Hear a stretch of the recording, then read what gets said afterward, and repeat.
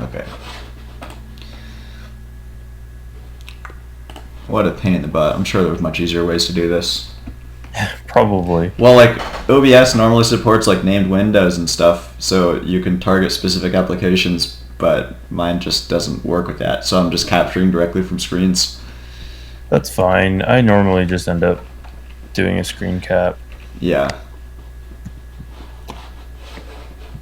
Okay. And then I'm guessing Discord killed the stream when I killed that tab, so let me just try this again. It did. Okay. There we go. Cool.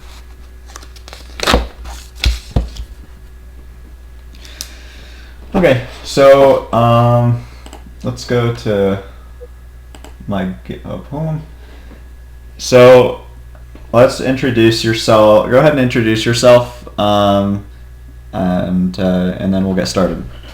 Yeah. So my name is Timothy Ichiyasu. I am a I've been flying various types of drones for 5 years now, I want to say. Always loved computers, and yeah, I'm decently accomplished drone pilot.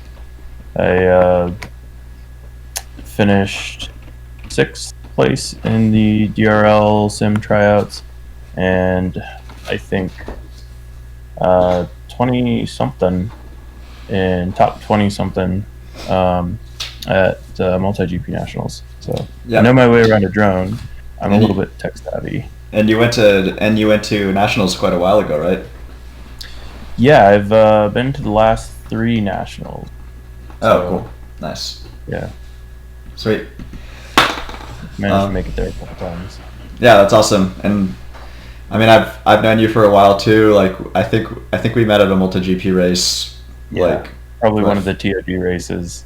Yeah, back when that was still pretty big.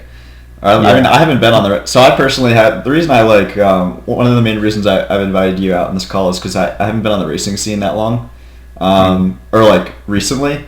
So I don't want to develop this whole thing in a black box, and I know that it's a feature that people want, but I don't exactly know how to materialize that into what exactly people need. Because like that, you know, when you're developing something, because you also develop software for your day job, and I think you're obviously aware of the fact that there's like an infinite amount of stuff that you can come up with that you want to do, but you don't have an infinite amount of time.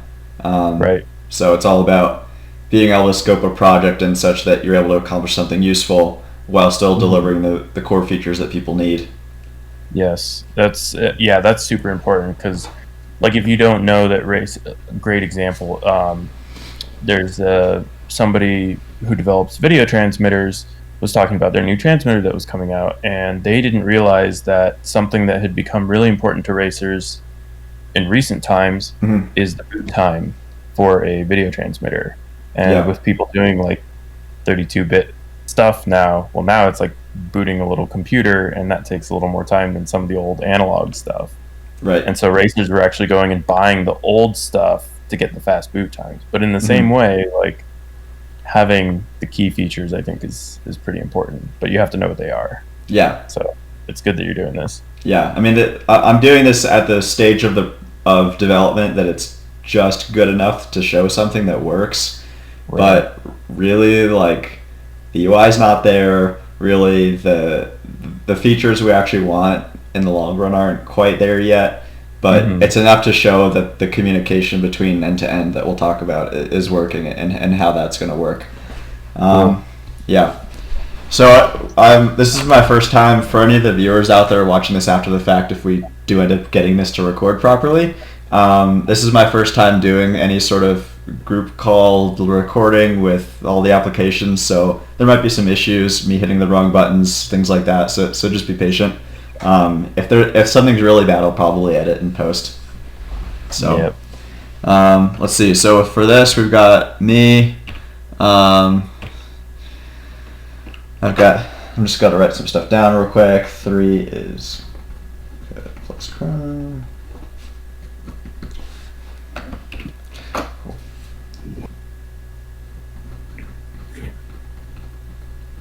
Okay. So let's do this one.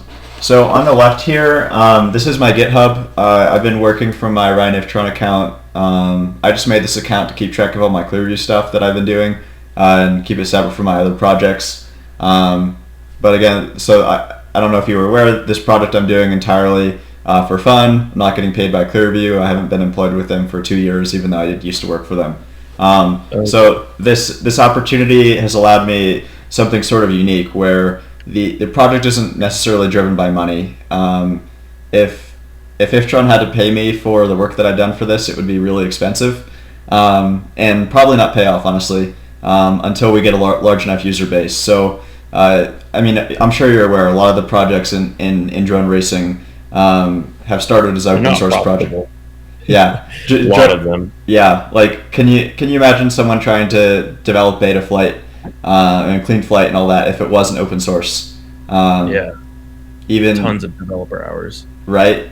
So obviously ClearView has their core product, which is their receiver, and they used to sell video transmitters, but they have 3 different receivers that they sell right now primarily, and there's the software inside of the ClearView. And that software is very special and very closed source, and I don't have access to that software, and I never have, and I don't think I ever will. So they have their development team that works on their software, and they have, after me asking them for years and years and years, they finally made an API so that we can talk to the ClearView. Good. So this API has sort of, I've been wanting to do it for a while, and they did implement something about 3 years ago.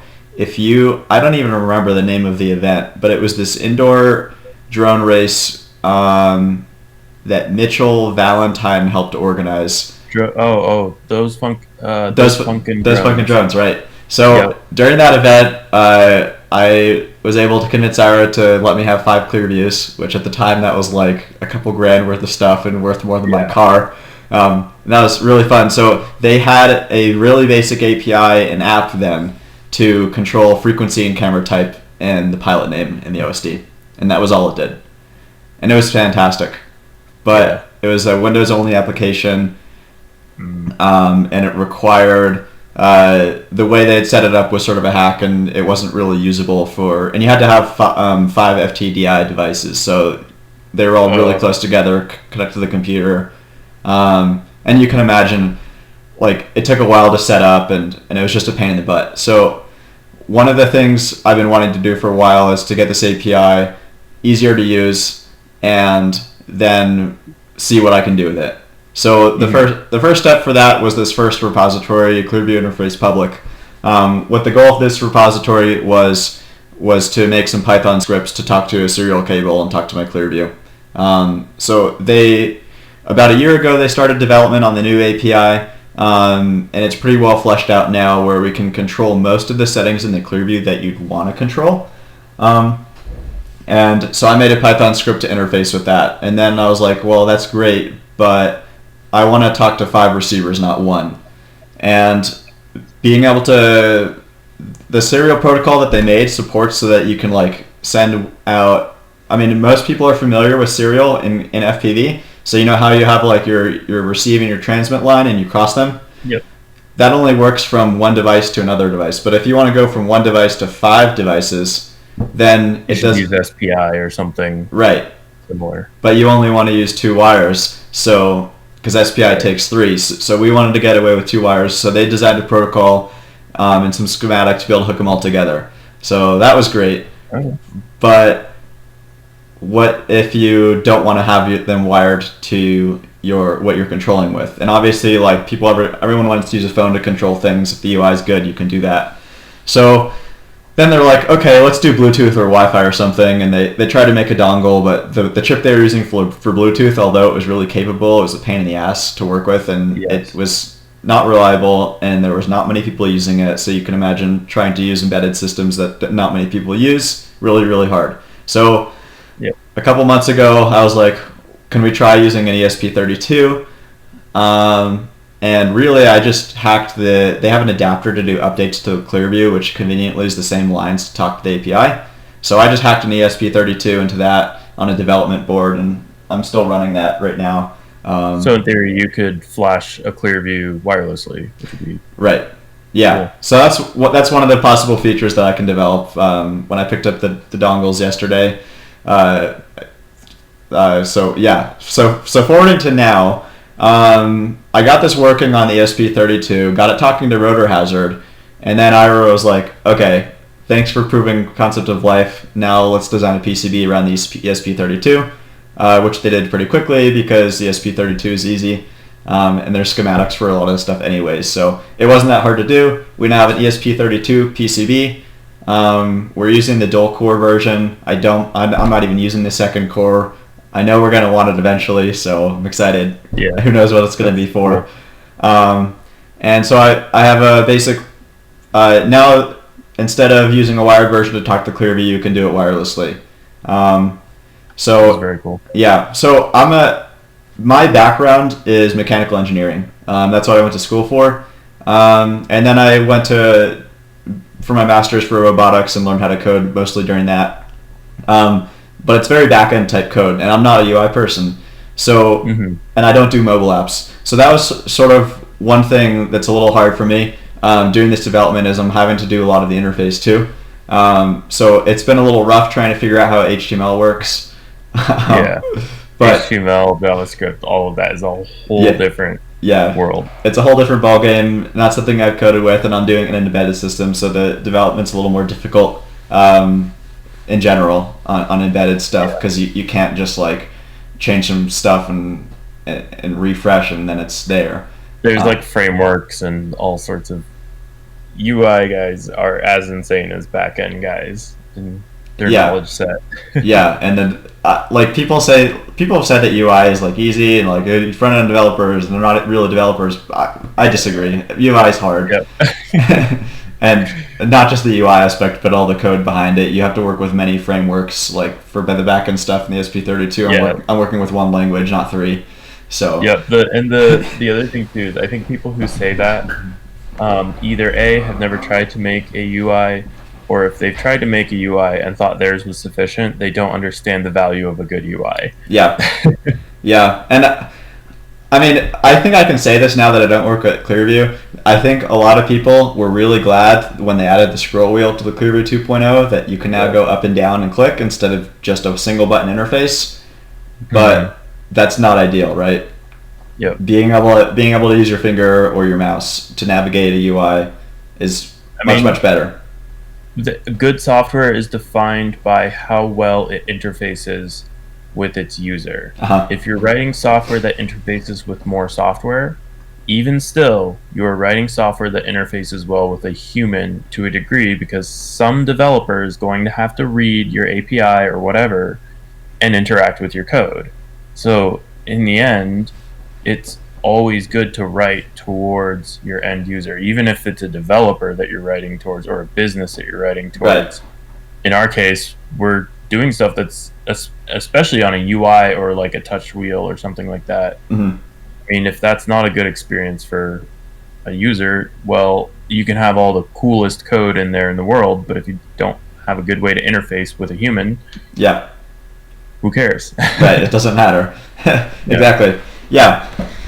So I guess what I've been focusing on, initially I just made this, and I'll show you the repo real quick. Obviously, the real point, like, it doesn't matter how I wrote the code. To the end user, it matters how this works. You're not that familiar with Rotorhazard. I wasn't either. I had to learn Rotorhazard, and then also I made a UI for to talk to the ClearView. So that's like the first and foremost thing, but I think it's going to be helpful for you to understand some of the background on how this is working, so that we can have when you have ideas and stuff, we can have like a little more intelligent discussion, so you know what you're talking about, right? So in here, README standard, of course, this is all open source software. So essentially, as I talked about earlier, the ClearView in its little box and all the ClearView magic that I don't understand, that's all closed source and contained. I don't have access to that code, but they put the API in so we can control settings for the ClearView and ask it what it's doing. So I have everything outside of the ClearView from that serial port I have control over, including all the code in the dongle and Rotorhazard open source. So I've been able to, working with Michael, been able to make a lot of useful things there. So everything outside of the API we can control. Anything inside of the ClearView, I have to submit a feature request, and maybe they'll do it. So luckily, now that this project's progressing, they've been pretty responsive to some of the features I've needed that we'll get into. So in here, we've got two different sources. One is the Python script. So this is just a general Python package you can install.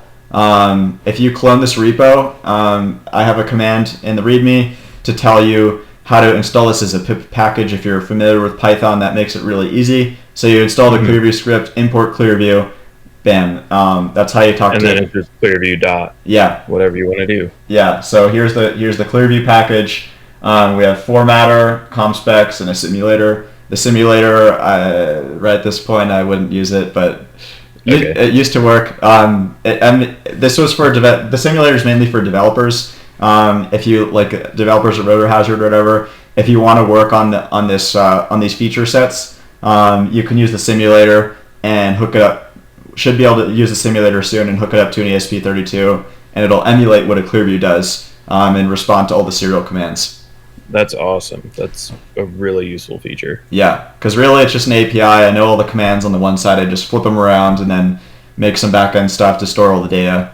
The only thing hard was making reasonable things for RSSI and whether the video is locked or not, which is pretty rough right now. You open a text file and change it. But maybe there's going to be a graphical interface to make a ClearView do things. Anyways, so in here, this is like the main script, so you can import ClearView, and there's a class, and you give it a bunch of settings. You can have it communicate with serial port or just return you the API commands once they're formatted. It does all the limit checking and everything, and uses the Python logger module. So basically, it's super easy to use because if you put any wrong information and try to set the wrong values, it's not going to let you do it.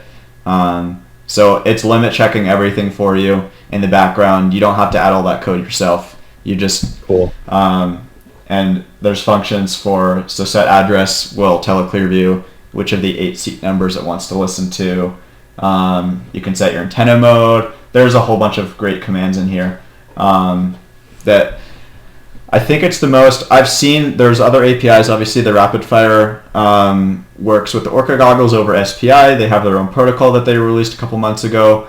It's pretty limited, and that only works with they only have a goggle module. Ours works with the ClearView 2.0 right now. It could work with the CVG. Apparently, it's a one-line change, but it involves a lot of testing, and they've got some other pretty neat projects that I'm not aware of anymore. Ira just tells me they're working on cool things and that I'll see them eventually. I don't even know. So isn't every company? Yeah, that's why I like working with him, because he's always working on cool stuff. So anyways, so ClearView package, Python, easy to use, good for any system that can run Python. So then the other source code is ESP32, which is the newer stuff. So this is I'm using the ESP IDF framework. So there's generally two methods to talk to an ESP32. One of them is through Arduino, which is a lot more easy to use. A lot of people are familiar with Arduino, including myself. And the other one is this development framework that they supply. It has a little bit more advanced functions, but it doesn't have all the libraries necessarily that you might need. So there's some features, the ESP32, that I would have to write manually myself, and I'm a pretty young developer. I don't know how to do a lot of this stuff, and I don't want to. I'll talk about some of the things as we get into using this that I'd like to add that I don't know how to do. Maybe someone else will help me eventually once this thing gets going. Yeah, that's the cool part about keeping things open. But I did choose to use the ESP IDF because it gives you more capabilities and allows you full access to everything. Instead of the Arduino layer, which can lag behind a few versions. So we always want the latest stuff, make sure we're getting the latest software. So some of the core things, these are all the different C files. Any real developer will scream at me because I'm not using header files, and I know this is in my backlog to do. I need to convert to header files. You got to make it work. Yes. Before you even know that you need to clean it. Yep, this was in one of the examples, and I kept that framework, and then now I'm here without header files, and it's sort of fucked, but part of my French. So with it has one LED, so we can get LED codes. What the codes actually mean is TBD. I'm looking for some user feedback on that. We have OTA. So the ESP32 supports OTA updates, so you can connect it to when you connect it to your home Wi-Fi network that's connected to the internet. This is still in development. It will pull some server for an update image and install updates automatically for you. So you don't need to bring any special tool to flash the ESP32. Now, this is OTA for the ESP32 code. ClearView Code is a different story. We don't know how that's going to work yet. We have ideas, but it's not a priority right now with the feature set, because the core feature set we're targeting is lap times and the display for racers. So it's a separate project to get you to flash your ClearView Code. And honestly, they don't have that many firmware updates because their product is like very stable at this point. I think it's 4 years old. Their code doesn't change that much. So really, I don't think it's worth the development time personally, but Ivor wants me to do it. So, we'll see what happens. So the server is ESP32. The way you communicate with it we're not using Bluetooth at this point. Like if you're using Bluetooth, people might be familiar or Wi-Fi. One of the ways to do it is that you have an app on your phone, on your Android or your iPhone, and that will talk directly to your device. I'm not a mobile app developer, so I didn't want to actually make an app. That was the original way the ClearView was going to do their stuff, but instead I'm just hosting a web server, so it's just a simple website right now that the ESP32 generates that you can configure settings. UART is... And then the other thing to think about is that's actually a really smart idea, because you get a lot of platform compatibility for free. And so if I have an iPhone versus an Android, whatever, those all have web browsers. Every device that's a smart device has a web browser. Mm-hmm. So if I could flash a device, that's why I sometimes laugh at people who get really excited about doing an app. Mm-hmm. I'm like, you could have just made this a web page. Right. And especially if the device that you're interacting with is already internet connected. Mm-hmm. Yeah. So the web page, to me, it was the simple thing to do because it's going to work with everything that has a web browser. It's limited right now. Once you see it, you'll realize, yes, it's limited. Ryan is not a UI person. There's going to be people to help me with the UI. I know that there's multiple purposes for the UI in the ESP32. And one of them is actually configuring all the settings of your ClearView, which I haven't implemented all the settings. It's like really just I need to sit down and spend a whole night just making the button, making the function. Yeah, the whole functionality is already there in the back end. But I don't want to do all that until I have someone who tells me how to make the good UI first, or what they want and how they want to control it. The next thing is the UART. This is just internal for the ESP32 to talk to ClearView. Super simple there, general utilities, and the main function. And the last one is the MQTT. So after pretty extensive talks with Michael and a lot of research, I've decided upon MQTT as the communication framework. Are you familiar with MQTT? I'm not as... no, I don't think I am. It comes from a home automation. That's where it's primarily used. So like that... oh gosh. Wow, I should practice this. That light there is connected to my Google Home. So I am... And it's open source software on the light. Gotcha. At least on the power cord. So that stuff runs MQTT. And last summer at my internship, I used MQTT for a communication network. So basically, instead of doing raw sockets, you use MQTT, which implements a publish-subscribe model for the communications. So the advantage for that is you can have a Rotorhazard server telling your ClearViews what to do, and it can target a specific ClearView because we generate unique serial numbers. So you can target a So specific you just have receiver. to type in the serial number to Rotorhazard so it knows. It actually is doing. I implemented discovery in MQTT, so the Rotorhazard discovers all the devices on the network for you, and puts them in a rough table right now. Who knows what the UI is going to be for that? But the discovery process figures out all the devices on the network and actually what they do, because we encode what device type it is. So question. Yeah. Is Rotorhazard's main? Is it typically using REST or REST sockets or MQTT as its like method for communicating with its own backend and whatnot? With its own backend, I think it's REST. I'm actually not that in tune with how Rotorhazard's working. I've only recently started contributing to their project, and I've been on the backend side of things. They've implemented like a really nice event manager. So the event manager hooks up to the UI, but I don't really touch the UI because I don't know JavaScript. Right. My guess is they're using a WebSocket. Okay.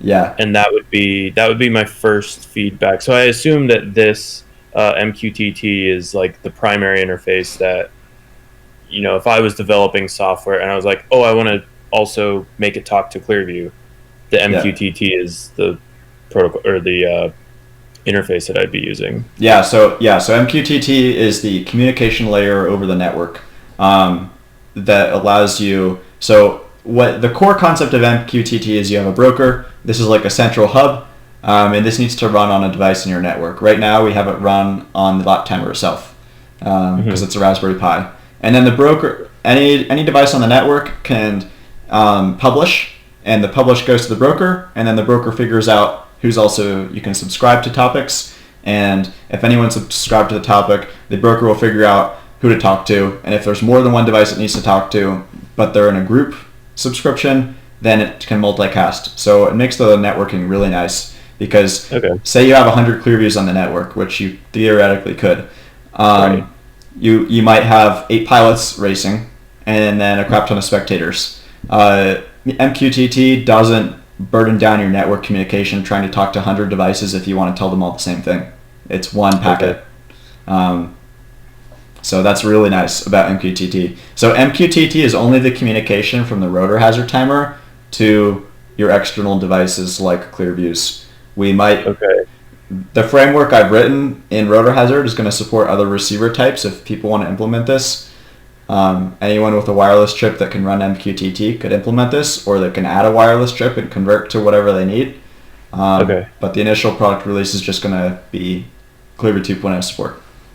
Okay, so that, I guess, and I'm not sure how much of this is due to my unfamiliarity with MQTT, but I find that a lot of the developers that do these types of things are super web app savvy, and web apps tend to prefer RESTful interfaces and WebSockets. So I think my guess, and this is something that would maybe warrant some user research, is that more of the Rotorhazard developers would be more comfortable with those interfaces. Not to say that MQTT is bad from a architectural standpoint. It sounds like it definitely does everything you need it to do. And I imagine also, if you wanted to get pretty crazy, it's theoretically possible that you could send, WebSockets are pretty powerful. If you wanted to send a video feed over a WebSocket, you could do that. So that would be, but then of course that, you have to balance that with whether or not that's something you're comfortable doing quickly, and if that actually provides value quickly, and especially since you've already done this. But that would be my first feedback, because I think a lot of those developers would be most comfortable with a WebSocket. Right. Or just a straight up RESTful. If I just wanted to pull, hey, what channel are you on? I would just make a get call. Yeah, because right now to set the channel, just do a post call. Yeah, so let me go back to the other repo. So that was the ClearView interface. That's all the side that runs on the ClearView. Or all the code that runs on the ESP32, as well as the Python code on the Rotorhazard server that forms all the communication commands with the ClearView. Now, Rotorhazard also has their code. For those unfamiliar, Rotorhazard is an open source lap timer that pretty cheap to build. I built one last year. The software is really nice. It's under active development by a few developers, and it's really capable and communicates with a lot of different device types. So now we're adding video receivers. So in their server, they have, or what I've written is a video receiver controller. So this imports ClearView. And so this is, instead of the RESTful API of how Rotorhazard talks to ClearView, this is just a Python module to talk to the ClearView. So it handles all the MQTT stuff for you. You don't need to know anything about MQTT.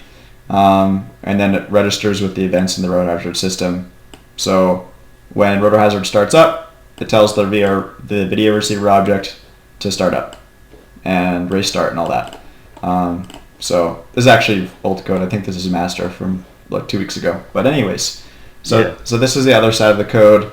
I've primarily worked on this module here, and Michael has been handling all of the UI on the Rotorhazard side. And I'm forever grateful for his support because he has been amazing in helping support this product, and he's really excited about this feature set that Rotorhazard is going to have, because this is the first time anyone has done communications with a video receiver from a lap timer, and lap times have been on the OSD before, but there's not a unified way to do it. And this way allows anyone running a video transmitter, and I think even digital signals. Okay, so the weird thing is the Rotorhazard timer, I think, can detect DJI transmitters because they're on digital if you set them to fixed frequency.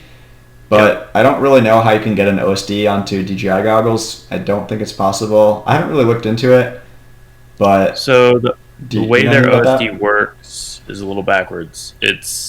They are basically sending telemetry back to the goggles, and then the goggles is generating the OSD, versus a traditional system where the OSD is rendered on the flying device.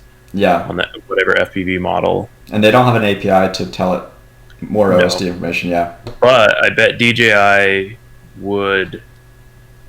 No, I wouldn't have high hopes for getting the OSD to show up unless DJI provides an API, and then Rotorhazard implements that API. Yeah. So it could be done if DJI supported it. Same with Fusion has a wireless module. I don't know. I think it's an ESP8266, I believe. I don't know if it's running MQTT. Last time I talked to Trappy, they made their own framework, or they're using some other framework. Sorry, say that last bit again. You cut out. Sorry. Last time I talked to Trappy about this, I think they're using their own framework. I don't remember. It was a while ago. And I'm sure things have changed a lot since then. This was like when it first came out, and I was just like, hey, can I talk to that? So anyways, Fusion could be added. RapidFire doesn't have a wireless chip, but it does support SPI. So Orca goggles have a wireless chip. So there's capabilities there. Right now, just ClearView 2.0. Yeah, that'll be pretty cool. Yeah. So I guess, should we go to... Do you want to start with the ClearView UI or the Rotorhazard UI?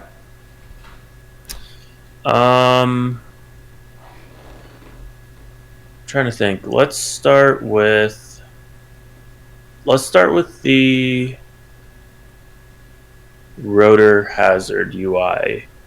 Okay. Because I imagine that's what people will probably interface with first, and maybe that'll get us in the mindset of, okay, I'm a user. Yeah. I'm doing things. Yeah. Okay. So let me just tell the ClearView real quick what to do. Actually, sorry, let's start with the ClearView stuff, because they're going to pick up their ClearView or whatever. Maybe they're already familiar with Rotorhazard. Okay. Yeah. So let me and they're probably going to say, hey, I should probably flash the latest firmware before I go fly with this thing. Yeah. Or set up an event with it.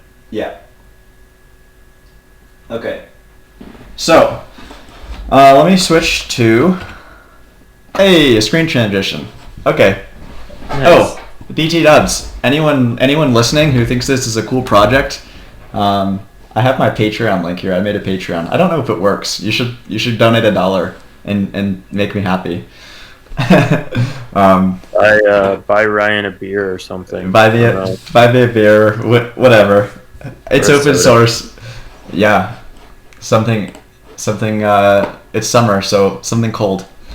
Let's see. So we have Wi-Fi. So I'm on a desktop right now. This is my workstation, and I have a separate wireless card. So if you're doing development for Rotorhazard and you want to, or for ClearView and this is ESP32, and you want to do development, you should definitely have 2 wireless chips. I have 4 wired chips and 1 wireless chip because I'm actually a network engineer at my day job now.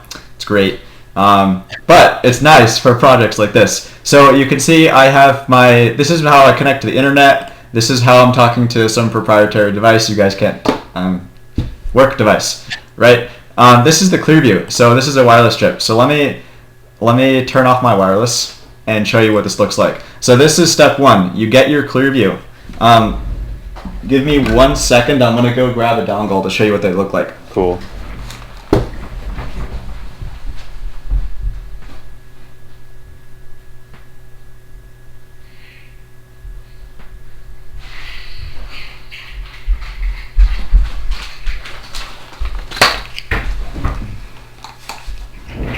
Okay, so I'm back. This is the dongle that ClearView has developed. So ESP32 chip on the front, stuff on the back. We're not releasing the schematic, but I wouldn't be surprised if you can pin it out and figure out what it does. We're not concerned. So this is the cover that goes over the dongle. I don't have a case for my ClearView because I gave it to Michael. So I have a bunch of bare ClearViews. But theoretically, this case, actually it does, confirmed. This case screws into your ClearView and it holds the module. It's a little waterproof, obviously, now that it has a case. And it has a little indicator for the LED right here. So there is 1 LED on the board we have control over. And this holds on the dongle onto your ClearView. That was some feedback I had for Ira from their last Bluetooth module thing that they had. Was it started raining when I was flying, and I was like really concerned because there was an open PCB in the rain. And if a large racing organization were to use this during a major event outdoors and it starts raining, it would be pretty great if your ground stations didn't become sad. Yeah, exactly. So now the ground station is not going to be sad. This is pulling from the 3.3 volt line in the ground station, and you don't want to short that out. They'll do bad things. So anyways, step 1, you order a ESP32 dongle, or you follow the not so extensive development guide on my GitHub for how to do that, and don't cross the wires and screw up your ClearView. Be very careful if you want to try that. Be very, very careful. I don't know the price on the dongles. I don't think it's going to be crazy. I think it's going to probably not as much as the ClearView itself. It's not going to be as much as the ClearView. It's going to be probably more than a competitor from China. But sure. I'm writing the test framework for the ESP32s. And if you get one and it's dead on arrival, or it doesn't work, blame me. Okay? So China doesn't write test code, so no, ClearView, people don't understand this. The reason I have a connection to ClearView, one was in high school, I was flying long range, and I wanted a diversity, and I met Ira at the field flying DLGs. So discus launch bladders, for those who aren't familiar, it's like a 1.5 meter wingspan, remote control, no FPV.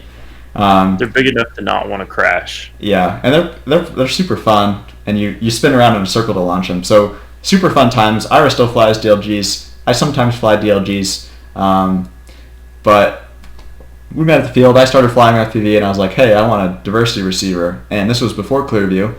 For those of you who are old FPV people, this was a yellow jacket receiver.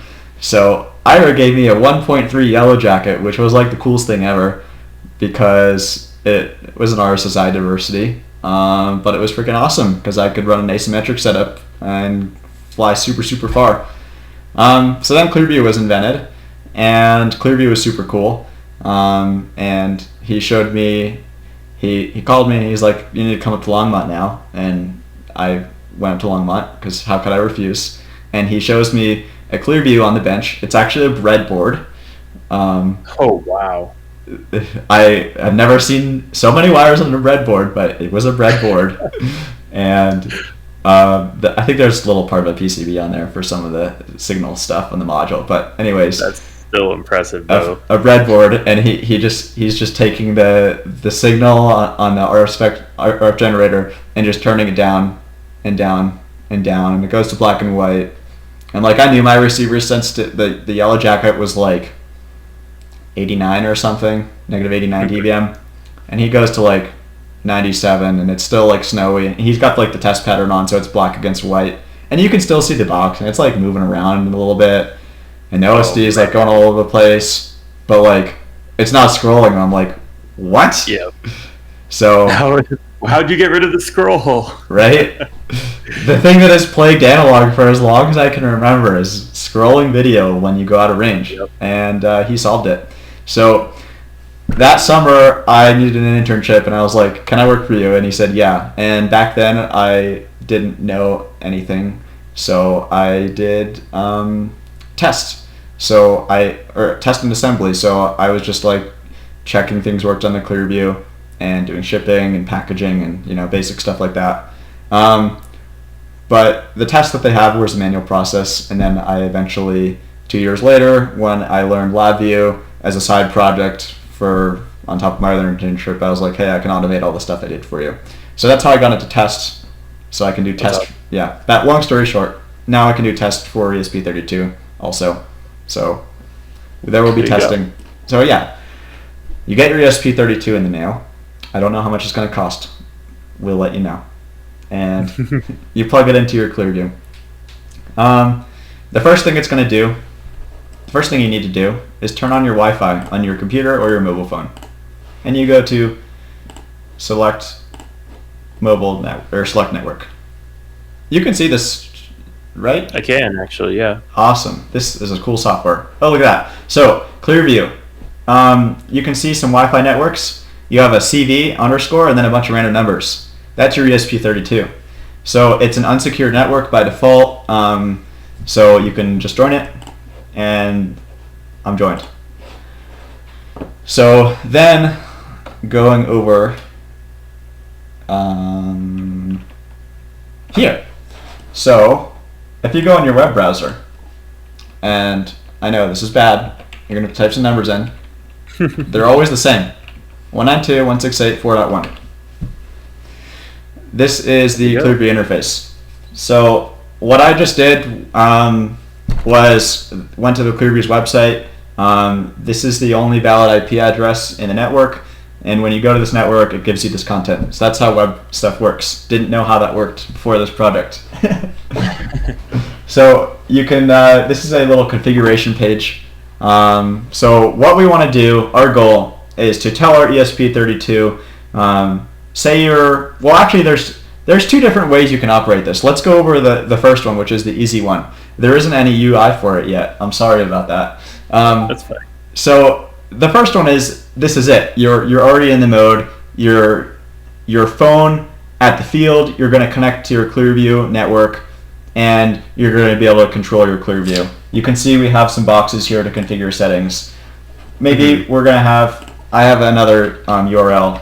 This is the only way to get to it, by the way, right now. Sorry about that. I have a settings URL. This is setting the node number, which is only used in the Rotorhazard stuff. But you can imagine all of these settings for your ClearView could theoretically be here. I want other people to know. I want to know if you guys want me to do this. I know it's going to eventually happen. I just need to know the priorities. So if you guys want an ESP32 and you're not running, or you want this capability to control settings on your ClearView, and instead of using the scroll wheel, you want to use your phone or your computer and control settings, and you want to do this, then let me know, and I will write the stuff for it. And that could be the entire product. That's what the original product was going to be.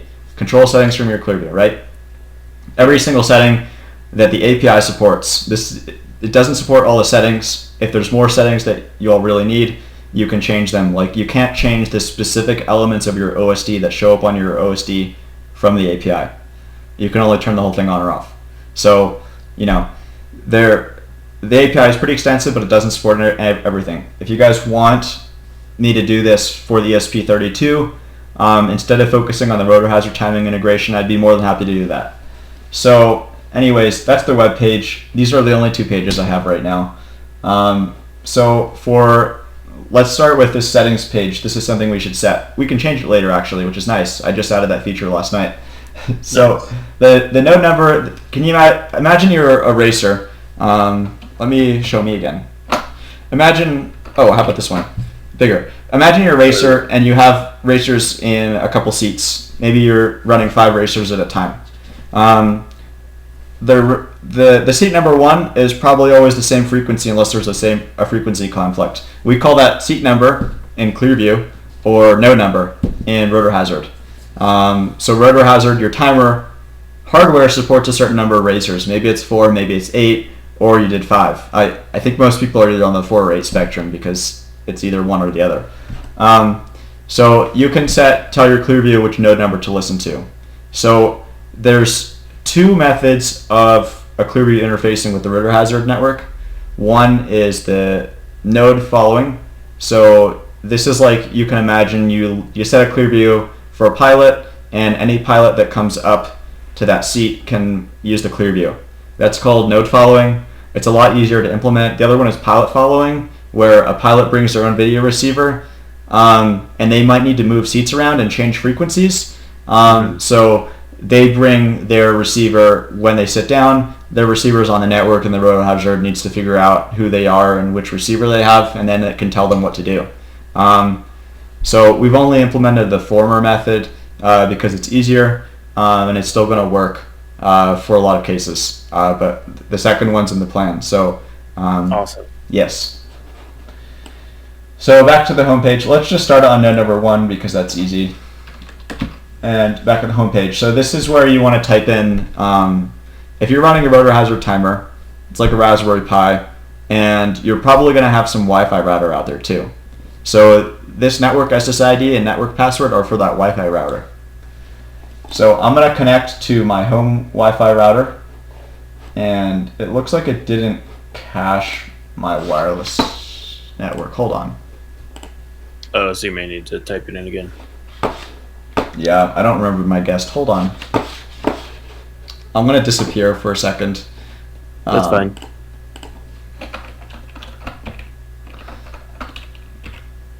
Oh, here we go.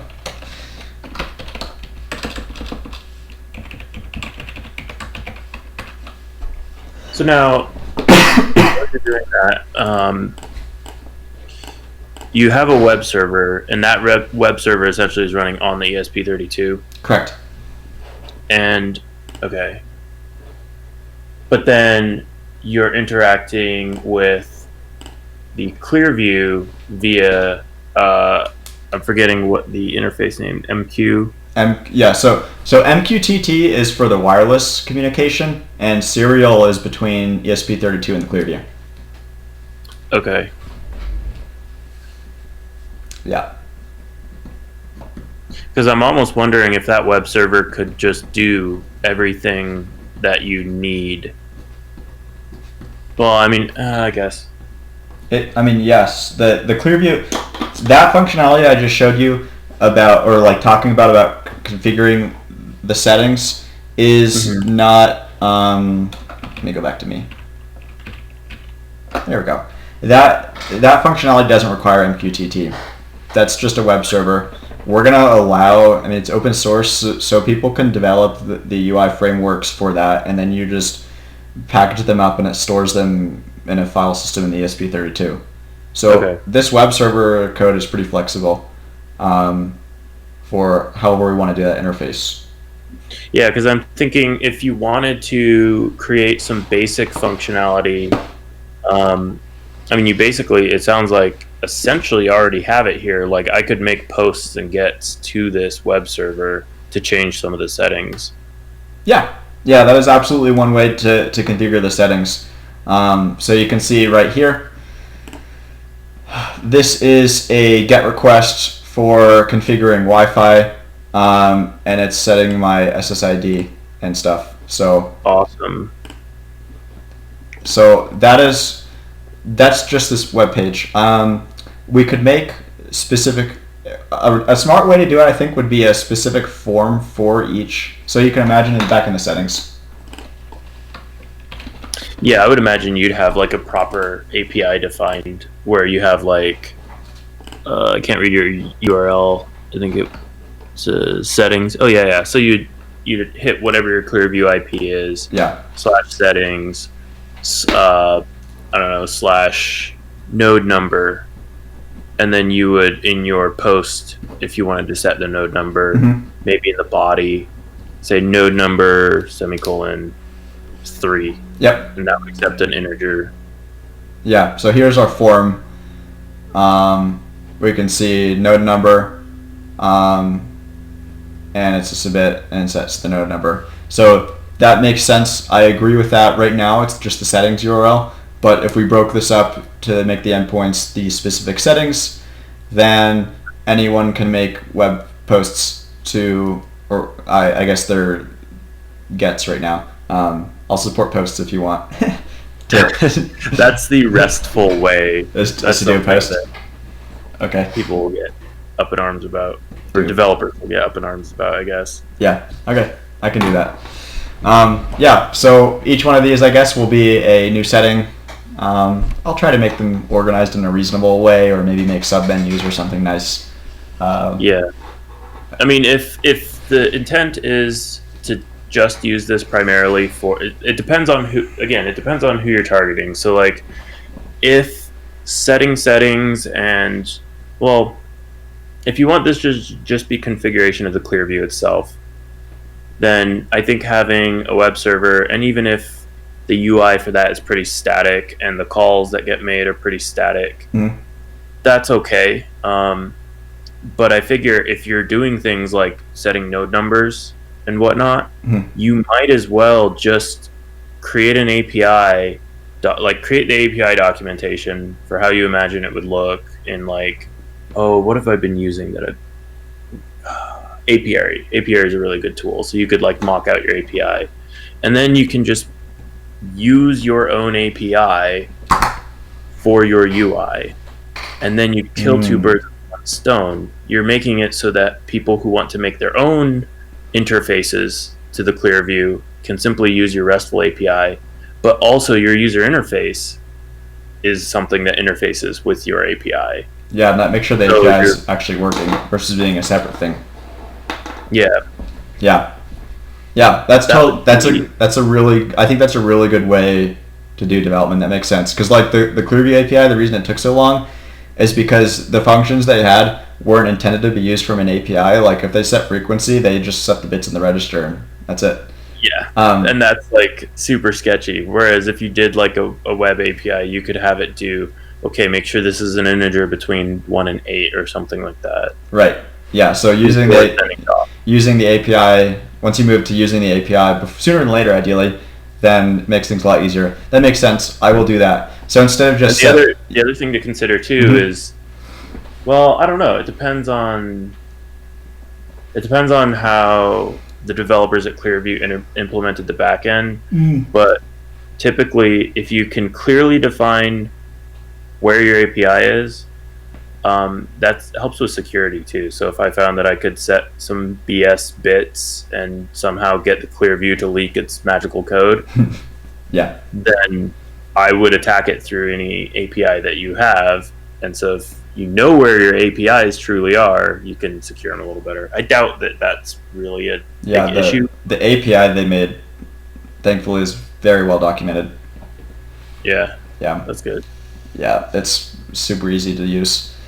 So that was good. But yeah, that makes sense. I will make that change in the framework. I'm keeping track of some notes right now, so I'll submit all this stuff as on GitHub as issues. Okay. And then I'll send you a link to make sure that everything I captured was sort of what you remember.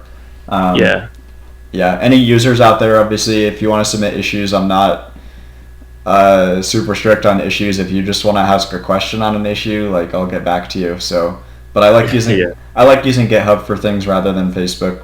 Or what, you don't like tons of random unmanaged Facebook messages about? No, I don't. I really, really do not like Facebook. Even though FPV Lab is buggy and most people don't know FPV Lab, I'd rather prefer FPV Lab over Facebook if that says anything. Yeah. So, like Facebook, fun story. When I tried to 2 days ago talk about the live stream or whatever this was going to be and post about it, I couldn't upload images to my post. But then when I posted it, it had 3 images. And then when I did post it that night, I checked the next morning for notifications and had no notifications. And I was like, oh, no one interested in the product. No one even cares. Like, no, I didn't even get any like notifications. Turned out it never posted in the first place, so. Oh my gosh, Facebook has been killing me lately. I know. It's like, there's so many bugs. I hope I hope that this product has less bugs than Facebook. If you can have less bugs than Facebook, I mean, it's a low bar, but it's a good, like, baseline. At least it works, right? It does what it's supposed to. Yeah. Okay, so we'll go back here. Let's type in a password for my guest network. A lot of people would be mortified that you guys now know my Wi-Fi password, but I'm also admin on my router, and I can change it right after this call. And so, fun fact: if you set it to type password instead of type text in the HTML, that's how you get the stars and whatnot. Oh yeah, I saw that. Fun story. The framework I'm using right now, I haven't implemented the file system storage, so I only get raw HTML. And the methods I used to do the password, so I wanted to do a little button to say show password or not, because I like to see my passwords. And I don't like, okay, I don't think it's a big deal if you can see the password because you're connecting to a Rotorhazard network, which is probably a local area network only. Right. And anybody running a receiver is going to need the password. So do you think it's a big issue for having the password be secret?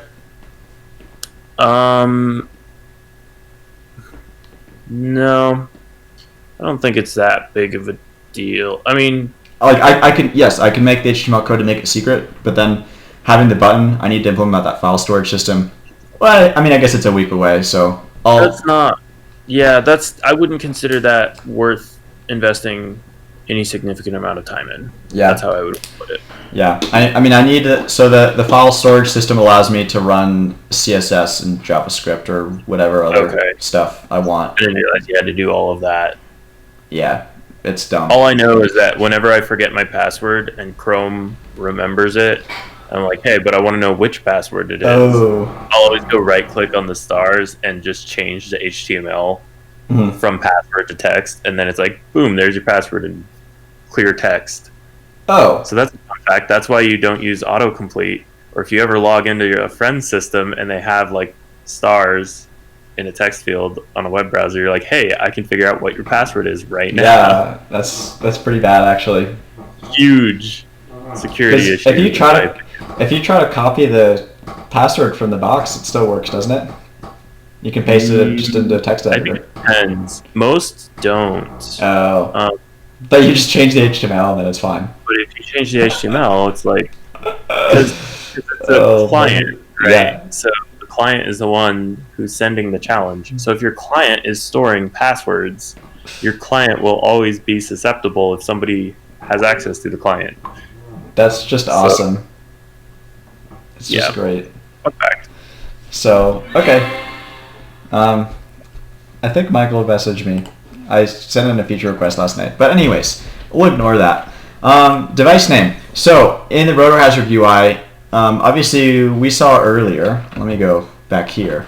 we saw earlier when you, here's my cursor, when you connect to the ClearView, it's this network name. That's what shows up in the user and the Rotorhazard UI.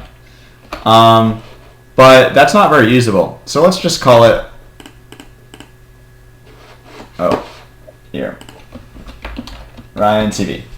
Okay? And then this is the last thing you need to know. Let me turn this off. Sorry.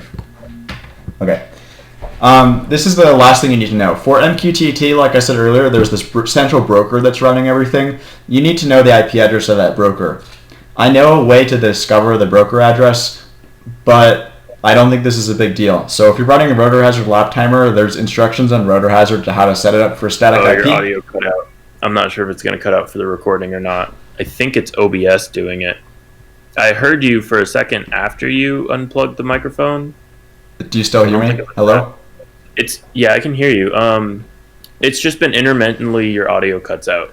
Okay. And I think that might just be an OBS thing. Yeah, I think my graphics card is unhappy. Well, I can see that. Well, hope this audio is good enough. Otherwise, oh well. Still, user feedback is what I really need, but having other people see what's going on is good too. So for Rotorhazard, the broker IP address is what you need to know. It's the central broker. Rotorhazard has instructions for how to set up your Raspberry Pi for a static IP. So you can follow that, and that IP address is what you need. So as a race organizer, you need to supply people with the Wi-Fi credentials. Oh, I can make this bigger. 200%. Here we go. There we go. Network SSID, password, and broker IP address is what you're going to get. Mine's this IP address. So when I click Save and Join Network, we're going to do this. Now, submits a GET request and gives you 3 seconds. Redirects you to the home page so you don't submit the form twice. And then you're going to see my computer tell me the Wi-Fi dropped off because the ClearView is going to transition from being a hotspot to being an access, or being an access point to a station. Gotcha. ESP32 terminology. So now you need to know the IP address. Well, I mean, from here you don't really need to interact with the ClearView very much in theory. Yes. You're mostly interacting with Rotorhazard. Yes. But now if you were to connect to your ClearView, you would want... Yeah, you need to know the IP address of it on that network. Yeah, exactly. Okay. So let me open up the monitor here.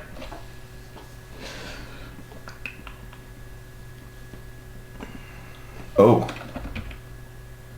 Hey yo, here we go.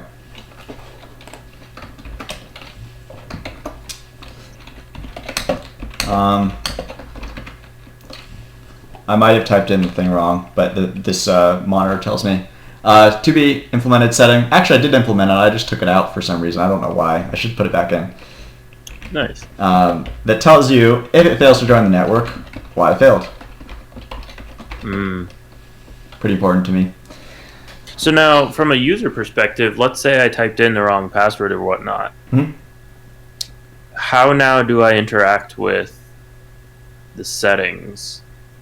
Right. So if it fails to join, it did fail to join the network because the Wi-Fi was still up.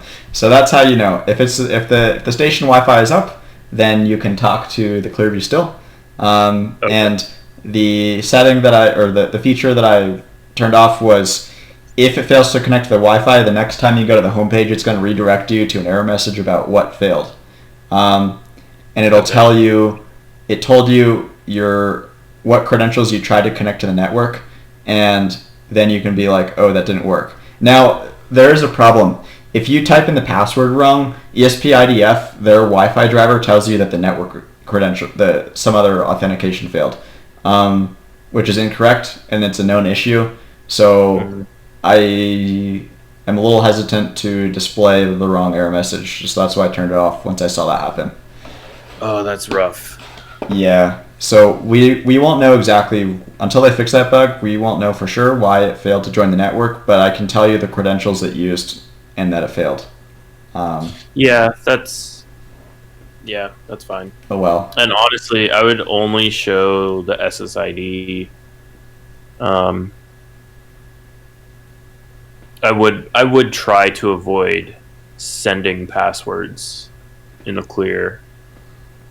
Like if it's just in your user interface, that's one thing, and that's why I talk about like being able to reveal people's passwords. Yeah. It's not honestly a big deal to have your password in the clear when it's on the UI, but then once you're like sending network traffic and stuff, then it's a good idea to either just not send it, try to encrypt it. Yeah. Yeah. Right now, I mean, it's going to send from the ClearView to your device that you tried to connect from. Connect to.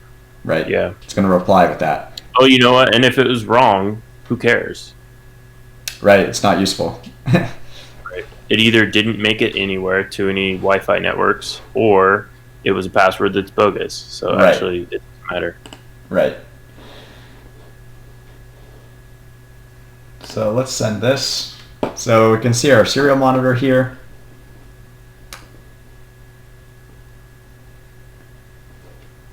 It's doing its thing. Hey, it's connecting. Oh, it got an IP. All right, it's working now. I don't know what I did wrong. I just typed it wrong. Useful messages, right? Instead of opening a serial monitor, which you guys won't have access to. So, let's see in here. So, useful thing. This is the IP address of the ESP32 now that it's on my homeware network.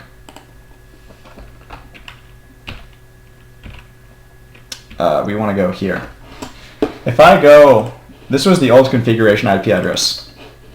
If I just go to a new tab, type in this IP address. You're in the same spot. Woo! Yeah, we get the same thing. I don't actually want you to be able to configure network SSID and password when you're already on the network. So depending on which mode the ESP32 is in, this page may look different. I don't know what it's going to look like once it's on the network, but it's going to be different for sure because you don't need to configure this stuff. Now, one thing that you can configure is your node number. So anyways, you can configure your node number. I don't want to do that now until you can actually see what it does. So I think that's it for the UI for the ClearView right now. Okay. It's super simple. Pretty straightforward. Right? And connect to the Wi-Fi, honestly, enter the credentials, go. Yeah. It's not, it doesn't need to do a ton right now. Yeah. So that's what the ClearView UI is. Now, that's pretty simple. I mean, it should be simple, right? My goal was, what's the minimum amount of information we need to put on there to get the user to be able to configure this thing? And I think that's it.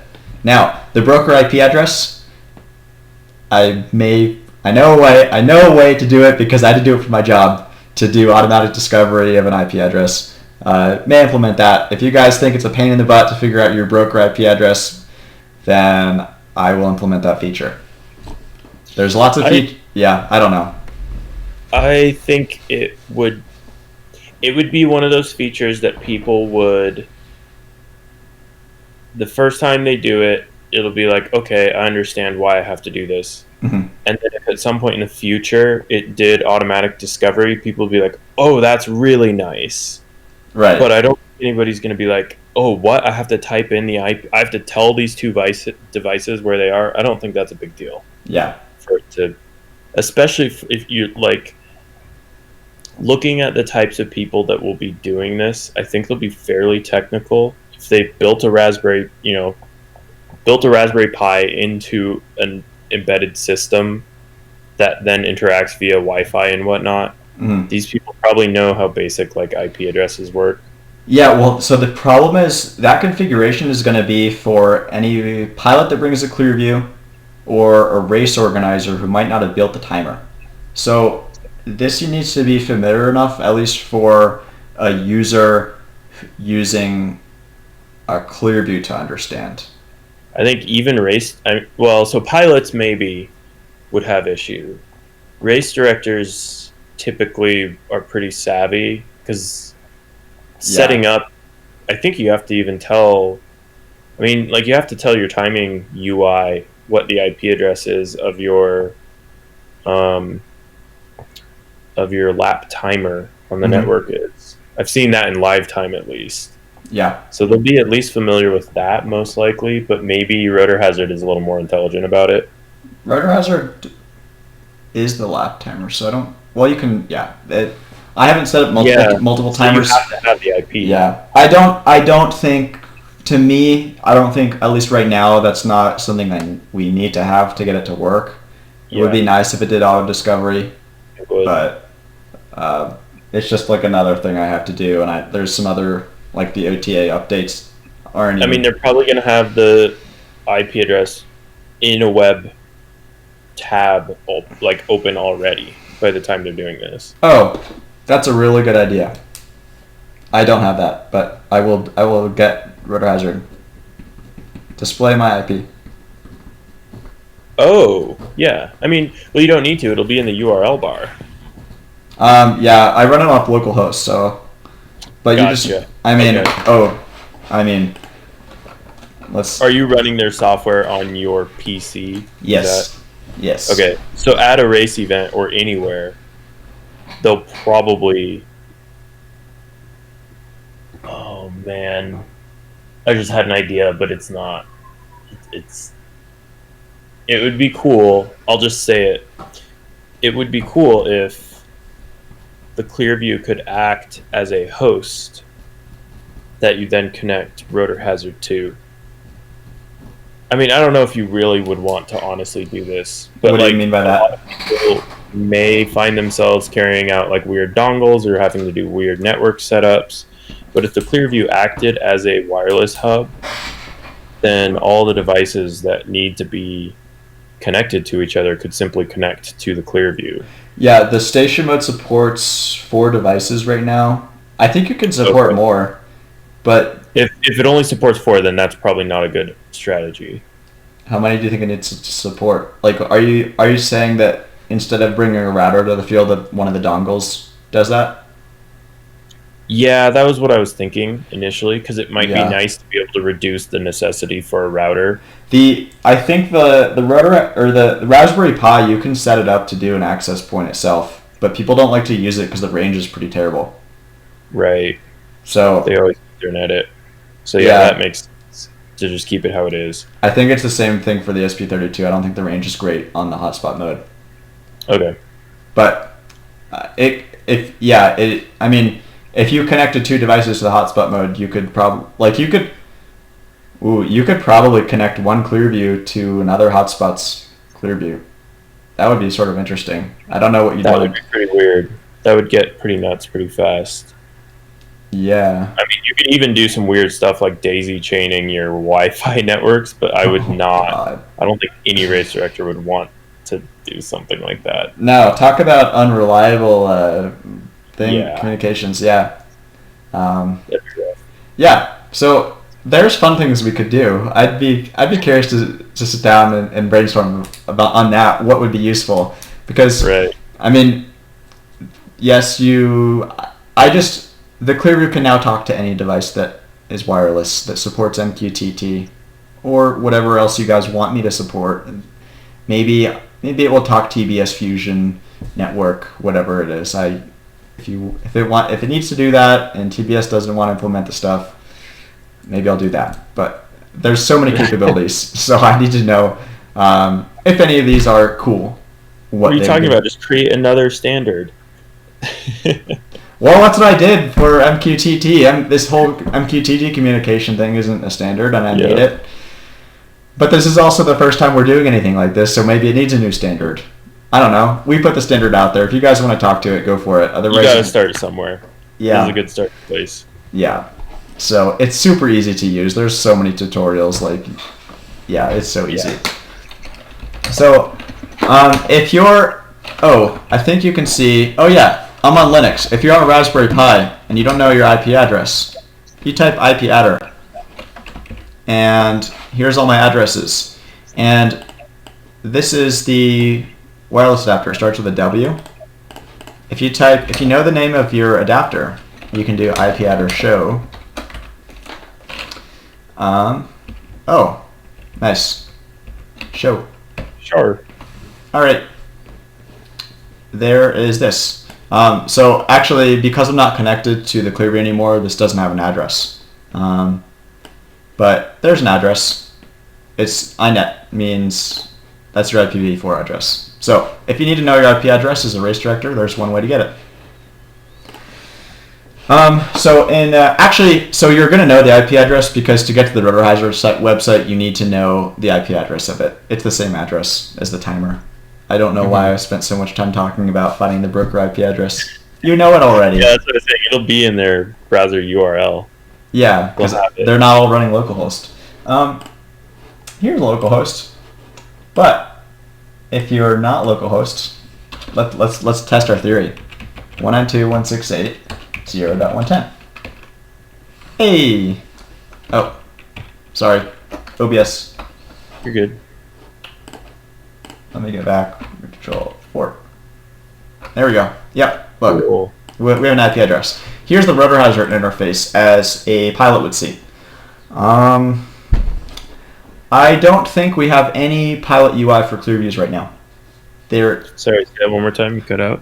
I don't think we have any UI for the pilots to talk to ClearViews yet.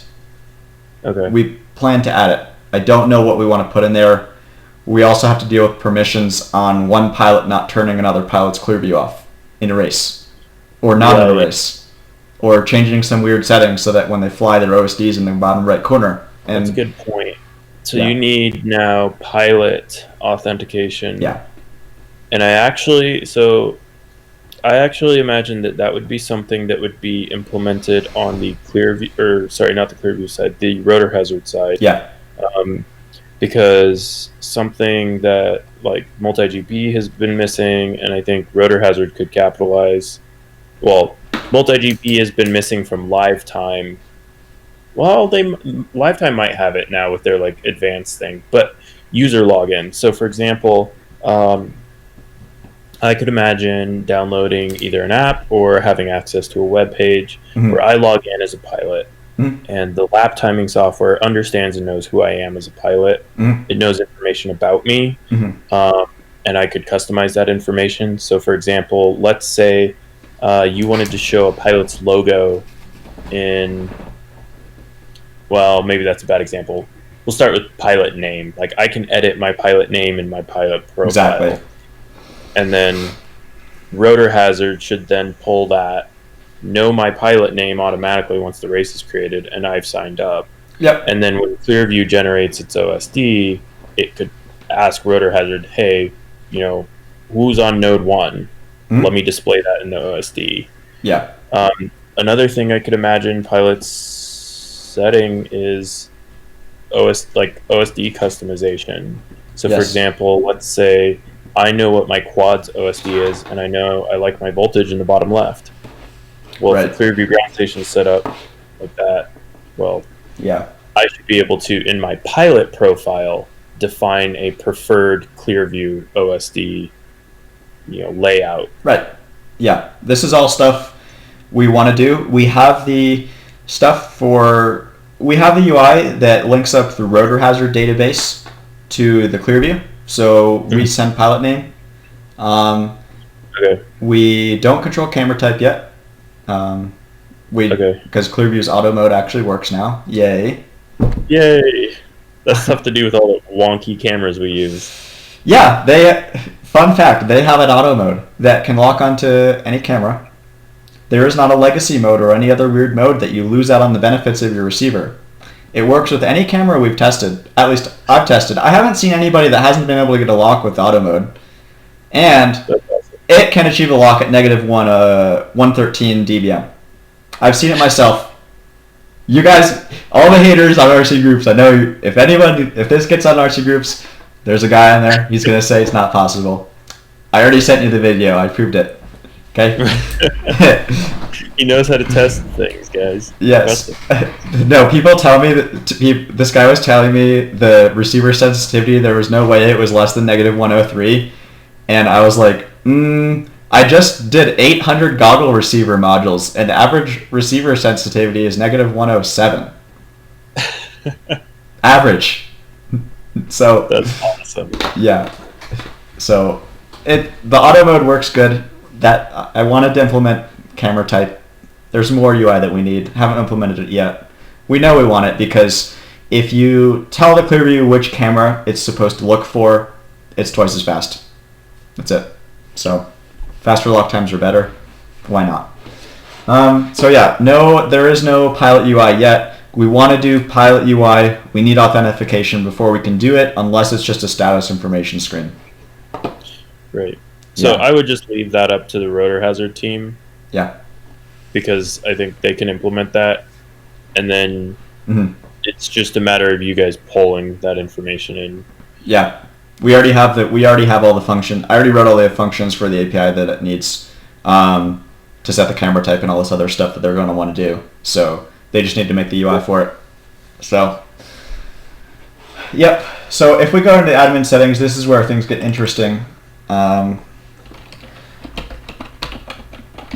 I think it's admin in Rotorhazard. Nope, it's the other way around. Hey.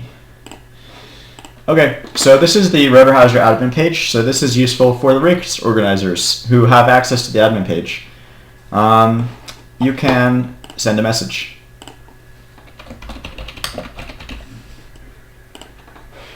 And there's the message. Let me zoom in. Can you see that all right? Yeah. Cool. So this is the Rotorhazard UI. Send a message. Frequency setup. Does that send a message to? Oh yeah, I should tell you what it does. ClearView. Yeah. This. That's awesome. This sends. Well, this also sends it to everyone on the website. You can even do a pop-up. Super important, right? The pop-up just changes on the Rotorhazard website. This will send a message to the ClearView. So if you say, what is something that a race organizer has yelled at you mid-race? Sorry, say that one more time. What is something a race organizer has yelled at you mid-race that you could have seen in your OSD? Land now. Land now. If I can type. Okay. Ira actually told me he wanted a feature to... There's a message. The message will get to your ClearView. He wanted some like predefined boxes for things, which I could see makes sense.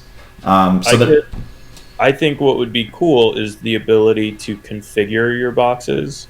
So if you have things you find yourself telling pilots, and it's different from what other people tell pilots, you can just configure that how you want. Cool. Yeah. And then I also imagine.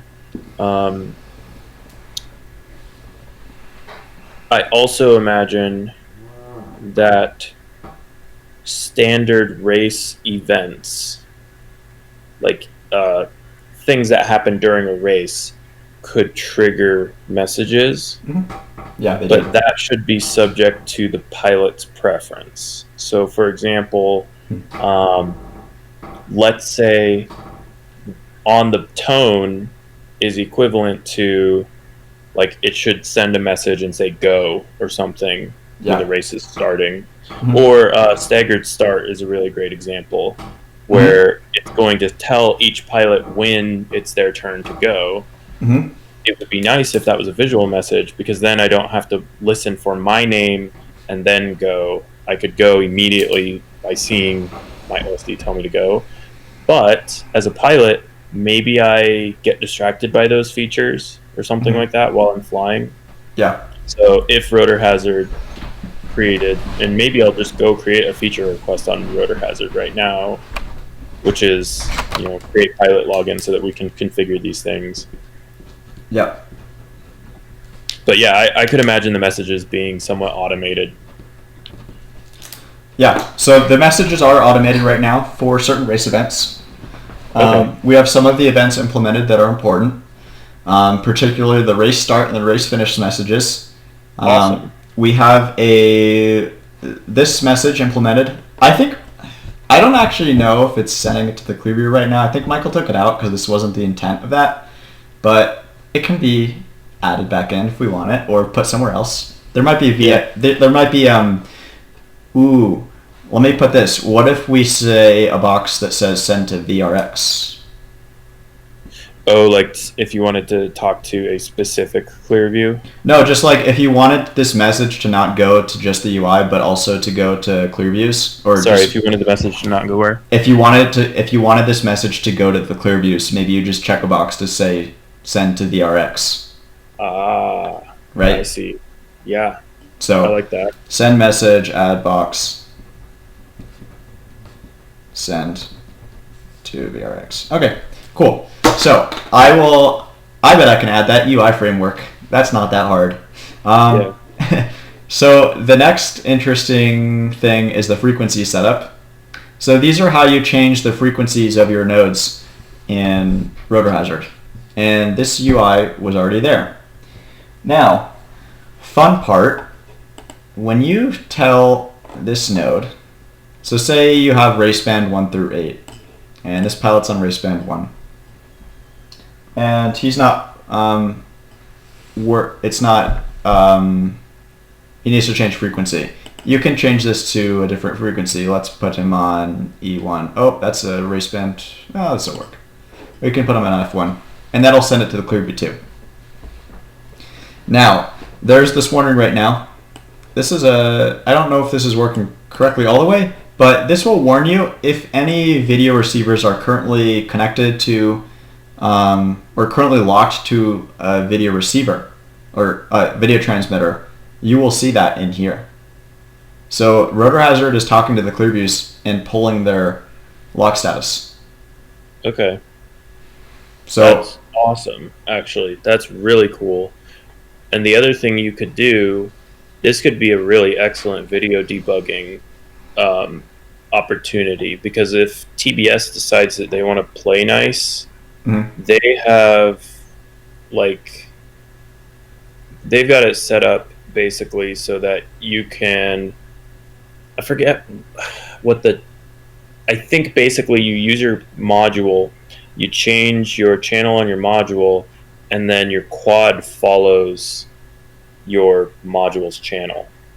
So that way I don't have to like change my goggle module and then, yes. But what would be cool is if we get to a point where a lot of pilots have that functionality, you could actually turn people's video transmitters on and off and test video to find an offending quad.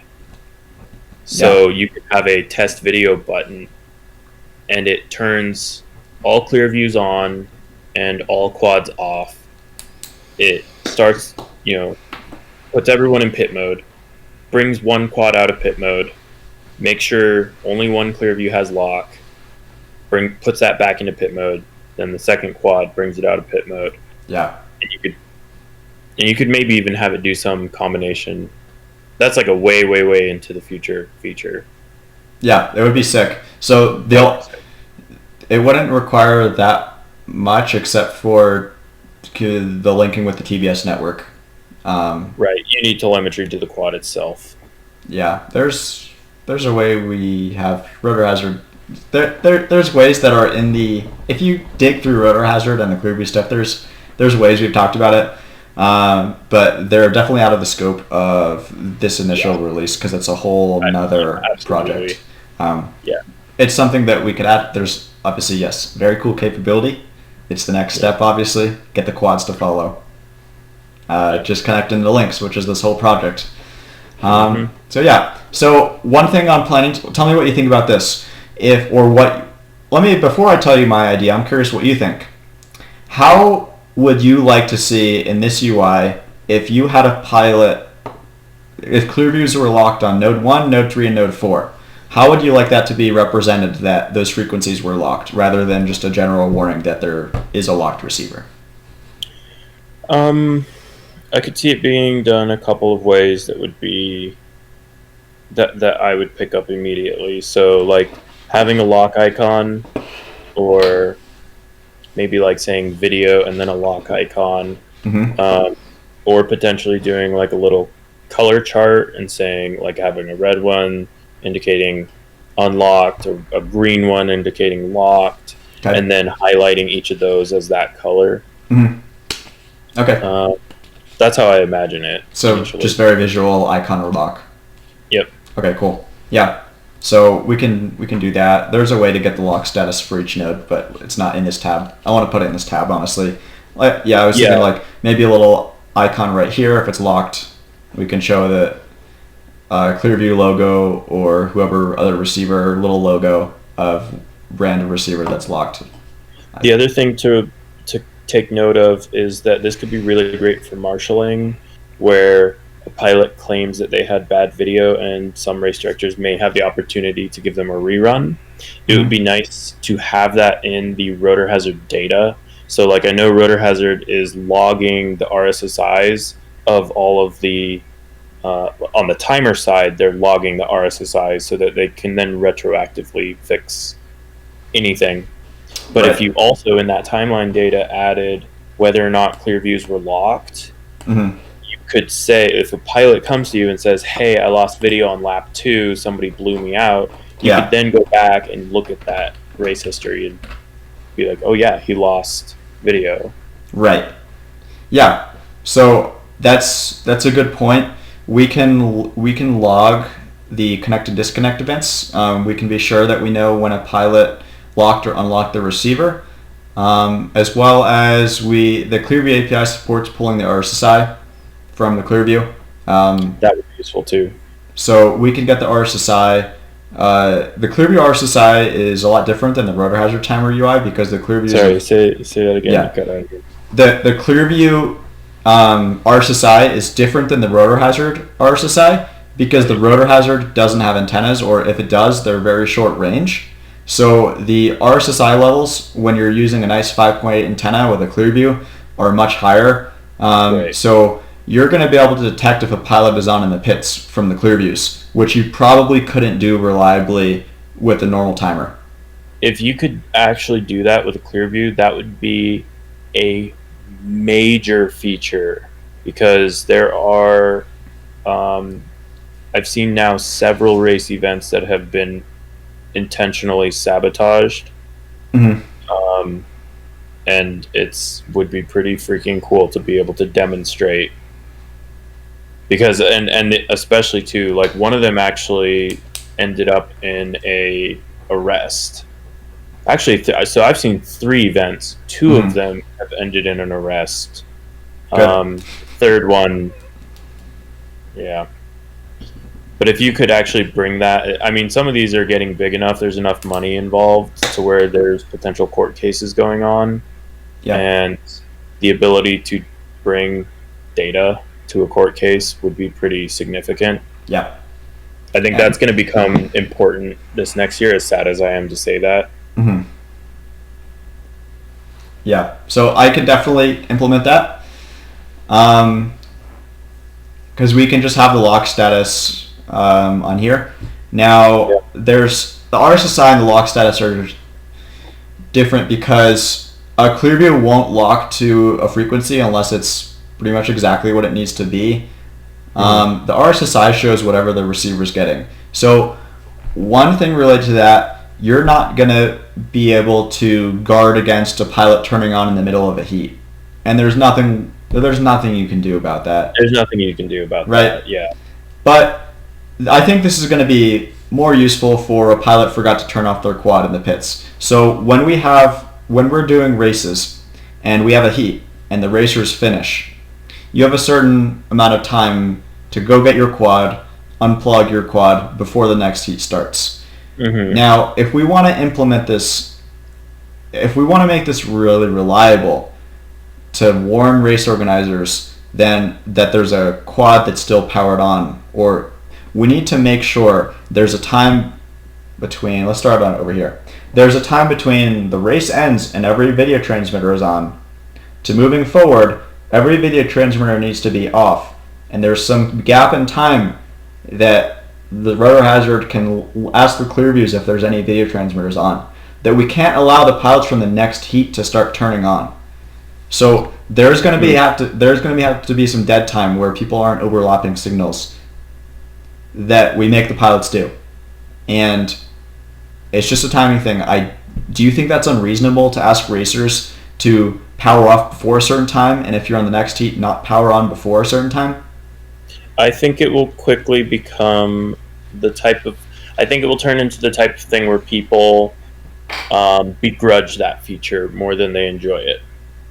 I should say more people will begrudge the feature than will enjoy it. The race director might enjoy it. Well, I don't think they would. I think they would find themselves constantly having to harass racers. Hey, like everyone unplug, blah blah blah. And then on top of that, there's a time period, like sometime on some racetracks especially, you'll have a decent walk, like a 30-second walk from the start blocks back to the seats. So it's really advantageous, to let people continue testing video during that, sometimes a whole minute. Somebody, I got to get a prop wrench or whatever. Yeah. And you have guys sitting on the line. That's not to say you couldn't do it. It would just be more of a load on race directors than I think it would be. I think it would be more of a load than anything. Now, what you could maybe do, I'm not certain, but it makes me wonder if you could combine the RSSIs of the Rotorhazard with the RSSIs of the ClearViews.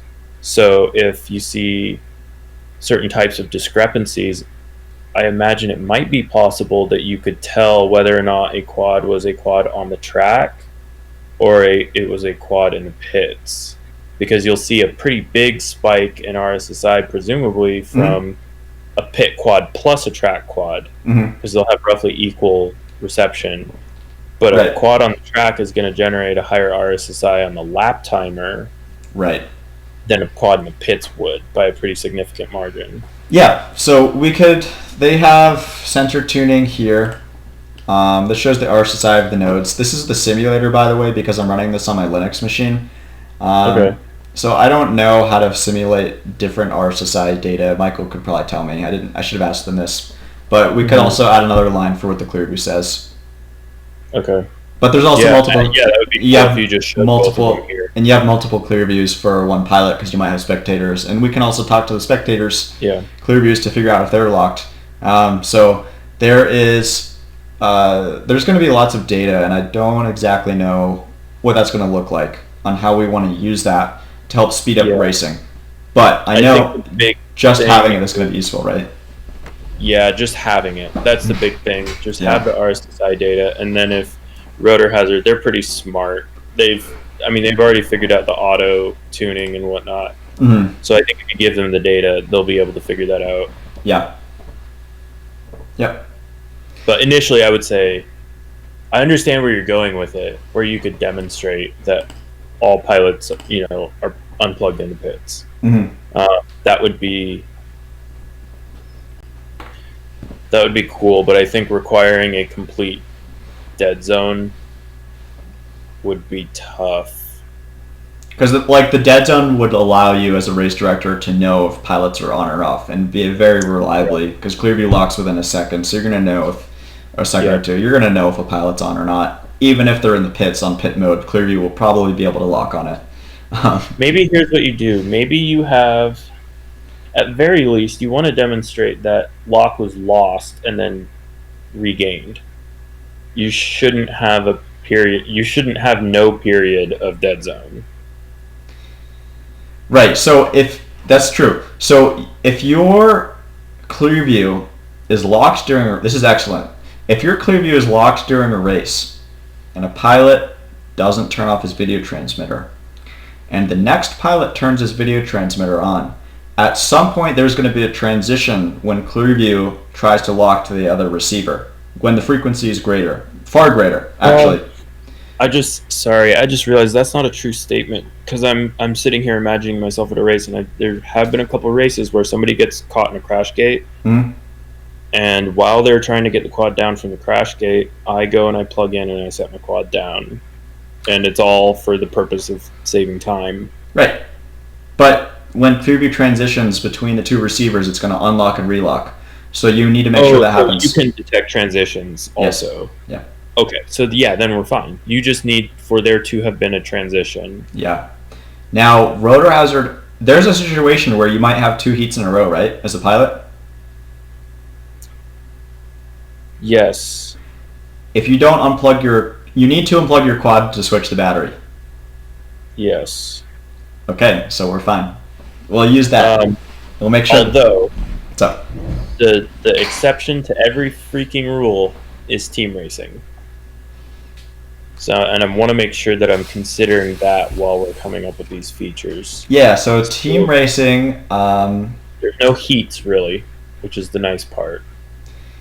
You do have each lap. Are you talking about team racing where another pilot takes off on right after like a relay race thing? Yeah, like relay style. Yeah. So I don't think we have any issues there so far. Yeah, I know a while ago we talked about this about a ClearView. If it's one pilot's racing and he turns off his video transmitter and another pilot turns on, ClearView's gonna wait. Sorry, say that last bit again. We talked about this a while ago. I think if at least on ClearView, if you have one pilot flying and he turns off in team racing and another pilot turns on, ClearView's not going to give up the lock on the old signal for like 5 seconds or so. Right. I have had them add an API method to reset the lock on the ClearView instantly. So when Rotorhazard detects a lap time or a lap count that someone got through the gate, it can instantaneously reset the lock on the ClearView. And hopefully at that same point, the other pilot will turn on their video transmitter and start racing. Now, this would be an excellent application for integration with video transmitters, right? Mm-hmm. The whole video transmitter transition could be handled by Rotorhazard from both the transmitter and the receiver side. Right. Now, that's something that would be cool that would be added. We need the video transmitter stuff. For now, we have the reset lock. So we talked earlier in this call about pilots being able to control stuff from their ClearView on their own UI. Mm-hmm. I want to add a reset lock button in there, or an option to reset lock every lap, something like that. That's a tough thing to depend on. Honestly, in team racing, I think the conclusion that most team racers have come to is that locks are not something you're afforded at all.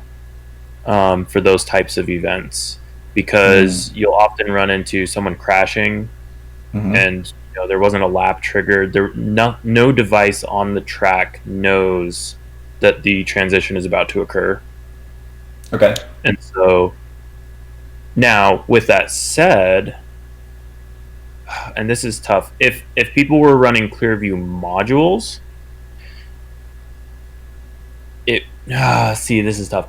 So if you had that whole like end-to-end solution, this whole problem goes away, where like you can talk to the quad, because I could essentially have my like, let's say I was using a goggle module that was on this network, and it was tied in, and my quad was tied into the network also, and then my teammate crashes. And meanwhile, my goggle module knows that my teammate's video channel is not my channel. Right. And so it has its lock reset already. But yeah, now you can set the locking timeout basically, right? Yeah, there's a setting to change it from fast to slow. So fast is good if you're using like 2 cameras on an air photography platform. But it's still not fast enough, in my opinion. It doesn't give up immediately. The reset lock button kills the lock immediately and tells it to start searching. Right. Which is great, because it'll lock within a second, probably. I'm trying to think what you could do. So, like, the thing I thought this would be, would one of the team members... Would you have a team with a team member who's not racing? You can, yeah. So if they just have a phone and we have a big button on the screen for reset lock, they just wait for one of the pilots to say reset lock and they hit the button. That's like one way to do it manually whenever the right time is. That's true. So it is possible. I don't know if it's something we need for MVP. No, it's not something you need in the immediate future. Mm-hmm. But I've been to a couple. I've been to actually, shoot, I think almost every team race I've been to, save for one that I can think of, they had ClearView set up, and all the pilots chose not to use them purely because of the locking. Yeah, you can't. This is a known issue, and this is why I requested reset lock to solve this problem. Now let's actually implement the whole thing and use it. Right? Yeah. This is a really awesome start. And especially like a crash, that's the other thing to consider. If I had ClearView at the event and I knew that the laps were going to trigger a reset, then I would be much more likely to use it, because 90% of cases are not crashes if you're winning. So it's definitely valuable to have the reset on the lap. Yep. Yeah, I can do that. I'll implement that feature, make a box for it for reset locks on lap or something, and we'll see how it works. Yeah, I think that would be a really awesome start. That would at least allow the 90% case of team racing to go well. Yeah, I mean, that's what this whole thing is about. 90% case. Let's make a useful feature for a lot of people. So let's go down. I'm gonna skip the heats and not run a race yet, because I do have my ClearView in a display right now, and I can show you what the OSD looks like. But I want to get in. One time you have your ClearView what? I have my ClearView connected to a display, and I can move my web. This is going to be okay. Amateur hour here. I'm using my webcam to it's actually my phone. Very hacked up. But I'm gonna move my webcam at some point, and we're gonna go look at the ClearView and the OSD and see what that sees. But I want to do that last.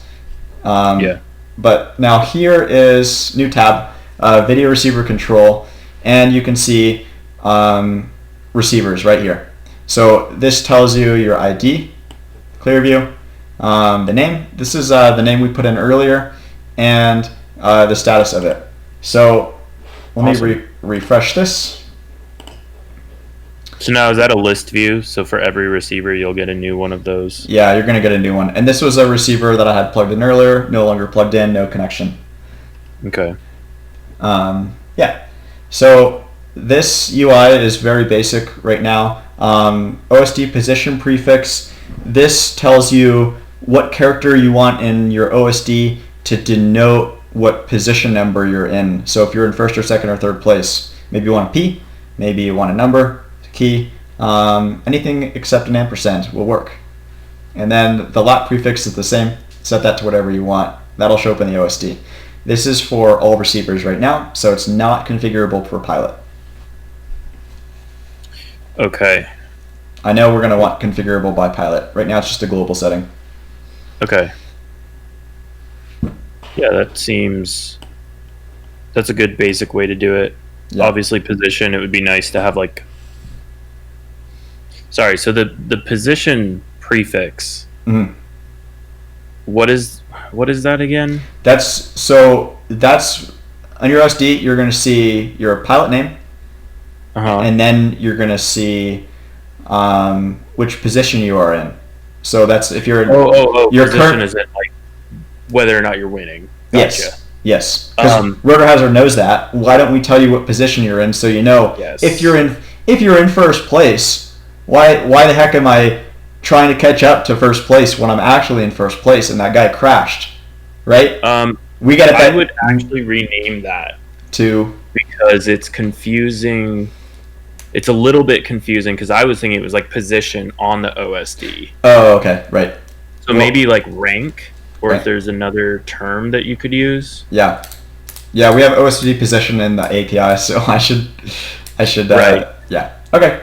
I've noted that. Or even like, I don't know, in parentheses say rank next to position, because position is the correct term, but it's overridden, which is unfortunate. Right. Yep. Okay, that's awesome. Oh my gosh, I can't freaking wait to have that information. So I know, because as a racer, I never knew what place I was in until I finished, and then I was like, oh, I got second? Wow. Yeah. Right? Or whatever. Well, I guess I did well, and none of I couldn't make any dynamic decisions based on my performance and other No, people. I don't know, because some people say I've asked around about this, and some people say that they know what place they're in the race. I personally never knew what place I was in, unless it was like obvious. So, It's a skill that you have to develop. You literally, the only way that you can know what position you are in is by listening to the call outs. And even then, yeah, it's not that great. But yeah, like they didn't have the call outs back in the day. right. So I was we never knew that. Right. So now we have this information from the timer. We have everything that the timer has information wise. We can get to the clear views. It's all a question of what information we want, when we send it, and how the pilots configure what they want to see. Yeah. So Something, again, somewhat farther in the future than this basics, totally outside the scope of this, but that I just am imagining that would be cool. Once we have the full link from the quad to the pilot to the system, we can start doing things other than racing, which is really exciting. Because racing is the only game mode, if you will, that people have been able to implement easily. But and people have done capture the flag, but it always comes back to this same struggle of, well, I can't present game information back to the pilot, so it's not super feasible to do capture the flag. How am I doing? I have no idea. I just go towards the red LEDs. Versus, you know, if you're doing King of the Hill, for example, and you had a couple hills that you wanted to capture, you could display hills that are, you know, enemy hills and hills that are team. Oh, yeah. You can display. You need the ability to display arbitrary data is going to be pretty crucial. Yeah. And I assume that you've already set it up in the back end, like for on the ClearView side, to be somewhat arbitrary what characters are shown on the OSD. Yeah. Or is it tied to maps? It's really, really simple right now because they wanted something simple for the API.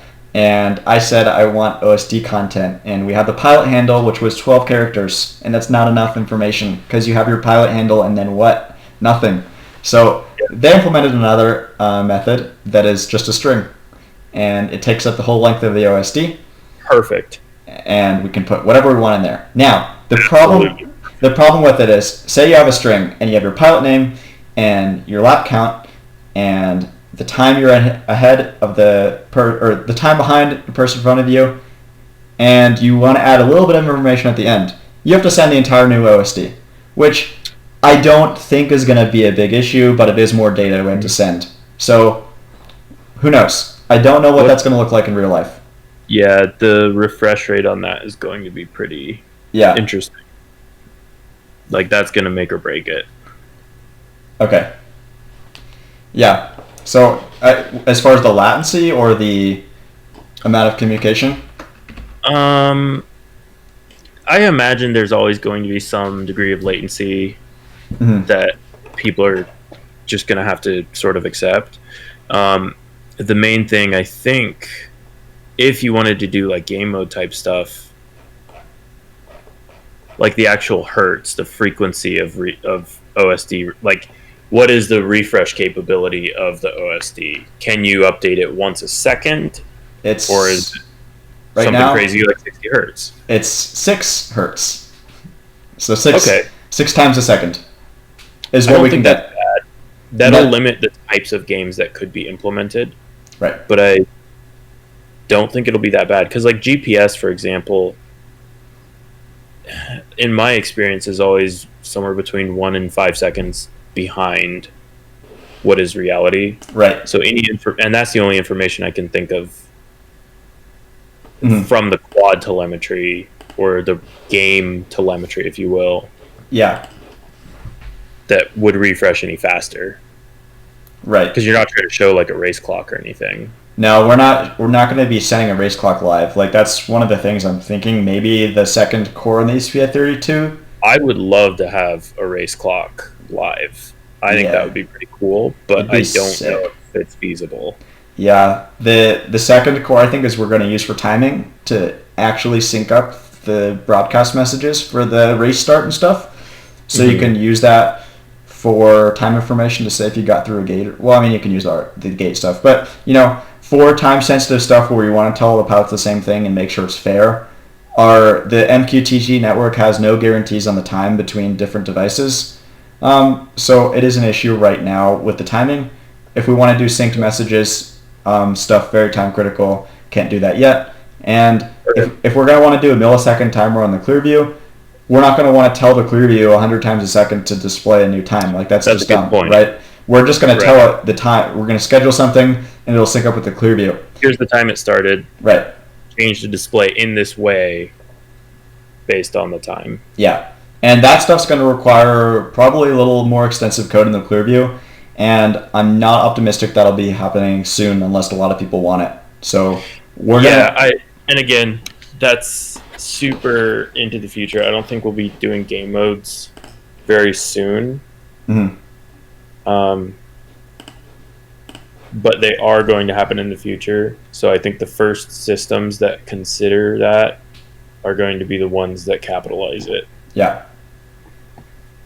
Definitely. Or monopolize it, we should say. Right. So let's see what else. This is as far as the main UI for the Rotorhazard side. So it's pretty simple right now. What we're releasing is messages linked to race start and race end, and changing your frequency of the ClearViews. You can see everything. I think this is the URL. Yes. All right. So we have a ClearView here. You can see we have 3 things in the wireless network. This is an old device that's not here anymore. This is the controller itself. It's recognizing itself. Woohoo! I don't know why we have it there, but this is the other ClearView. You can see its name. This is all the information we're getting right now. So yeah, it's a receiver, so we can filter on device type. It's connected. We have our node number and whether it's valid. I actually don't know what this valid RX is, but we'll figure that out. Yeah, so let's go to schedule a race. And I'm not that familiar with Rotorhazard, so I might need to mess around with this for a bit. But let's go to event. We have a pilot. Good. He's in race 8. That looks good. We can go to run. Now, I don't know if you're going to get the timing noises from the Rotorhazard. I can potentially try to loop back my mic. I don't know if that's going to work. Let me know. I wouldn't, because I would get it would be a feedback loop. Yeah, let's try a sound test. Tell me if you hear this. So Lit Mobile just sent me this solar wireless. I do not. Okay. Well, which is for the best, because, well, I guess it depends on if you could send it to a separate audio device other than your headphones. Yeah. It'd be fine. Yeah. Yeah, whatever. We won't have sound. That's okay. Rotorhazard has sound for the race starts. And you'll have it for your recording. Yeah, I think so. Yeah. Okay, so if we do heat 1, we have a pilot. We can hit start.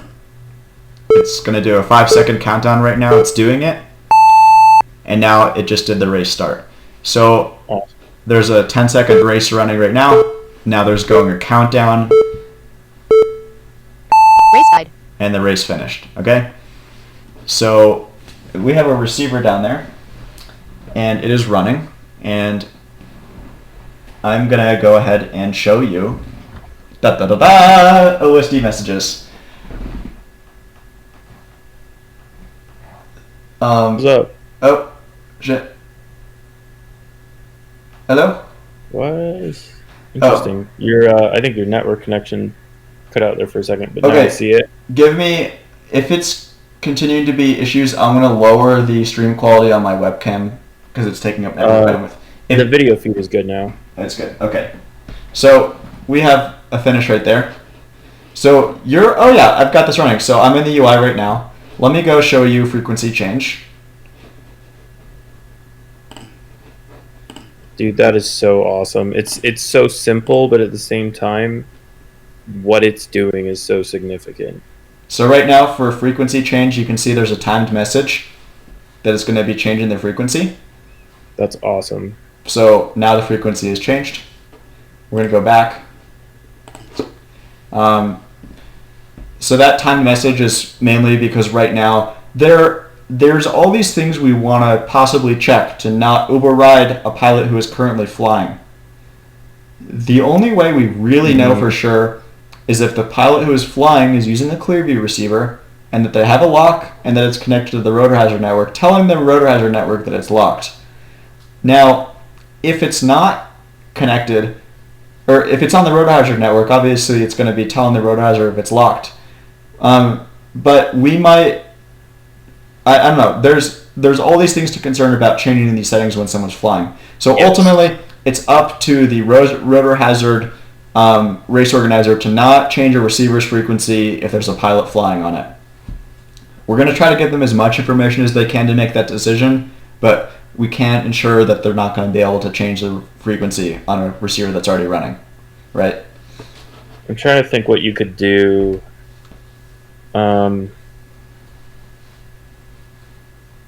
Yeah, that's a tough one, but that is a really great consideration because I could easily see somebody crashing if you guys hadn't thought about that. Yeah. So as a pilot, you get 8 seconds. If they just change the frequency and you see that message and you're still flying, just kill your quad, land on the ground. The little frequency will change. You'll figure it out. What happened? You know. Right. I feel like I'll do it again just so you can see again. Frequency changing to 5068, and then it gives the time. Yeah, I don't know what that flashing is, but that needs to have a little bit of work on ensuring that the timing of that is more smooth and whatever. It's all the communication network. We don't have the timing syncing messages to implement that yet. So that's like what an example of a manual process you can see. We're trying to send a message every second. In reality, it's not quite every second. So yeah. And it looks like it's not far off. It's only 2 seconds, which is not. Yeah. It's not too much to be useful. And it's weird because it should show like 1 second and then change the frequency because those messages are all in an order, but I don't really know why it's not. Anyways, so that's something we're going to work on. So here's a ClearView. It just changed frequency. And we can see lock time of ClearView 2.0 about 3 seconds. Strong signal, but there you go. So that's frequency changing. Now I'm curious. I don't know if this is still working. Let's see. Random message. So yeah, Michael did take it out. Oh well, not for the demo. Well, I'll add it back in with the button that we talked about. Okay. Yep. What else can you change? Oh yeah, let's do a race. So, menu. Oh, I froze.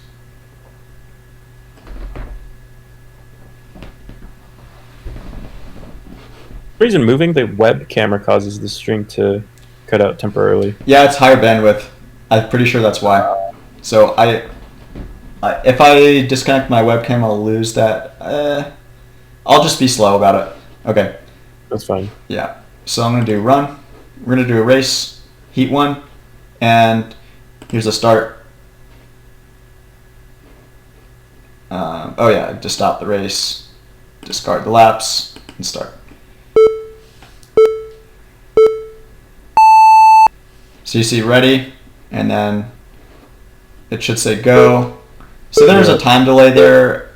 Sometimes I think it's slow right now because I'm running a live stream and all that. It could be. Because my network is about clogged with this stuff. So yeah, and that's something else to think about is like, actually that almost does make me reconsider what the priority is of timed messages. Maybe that's what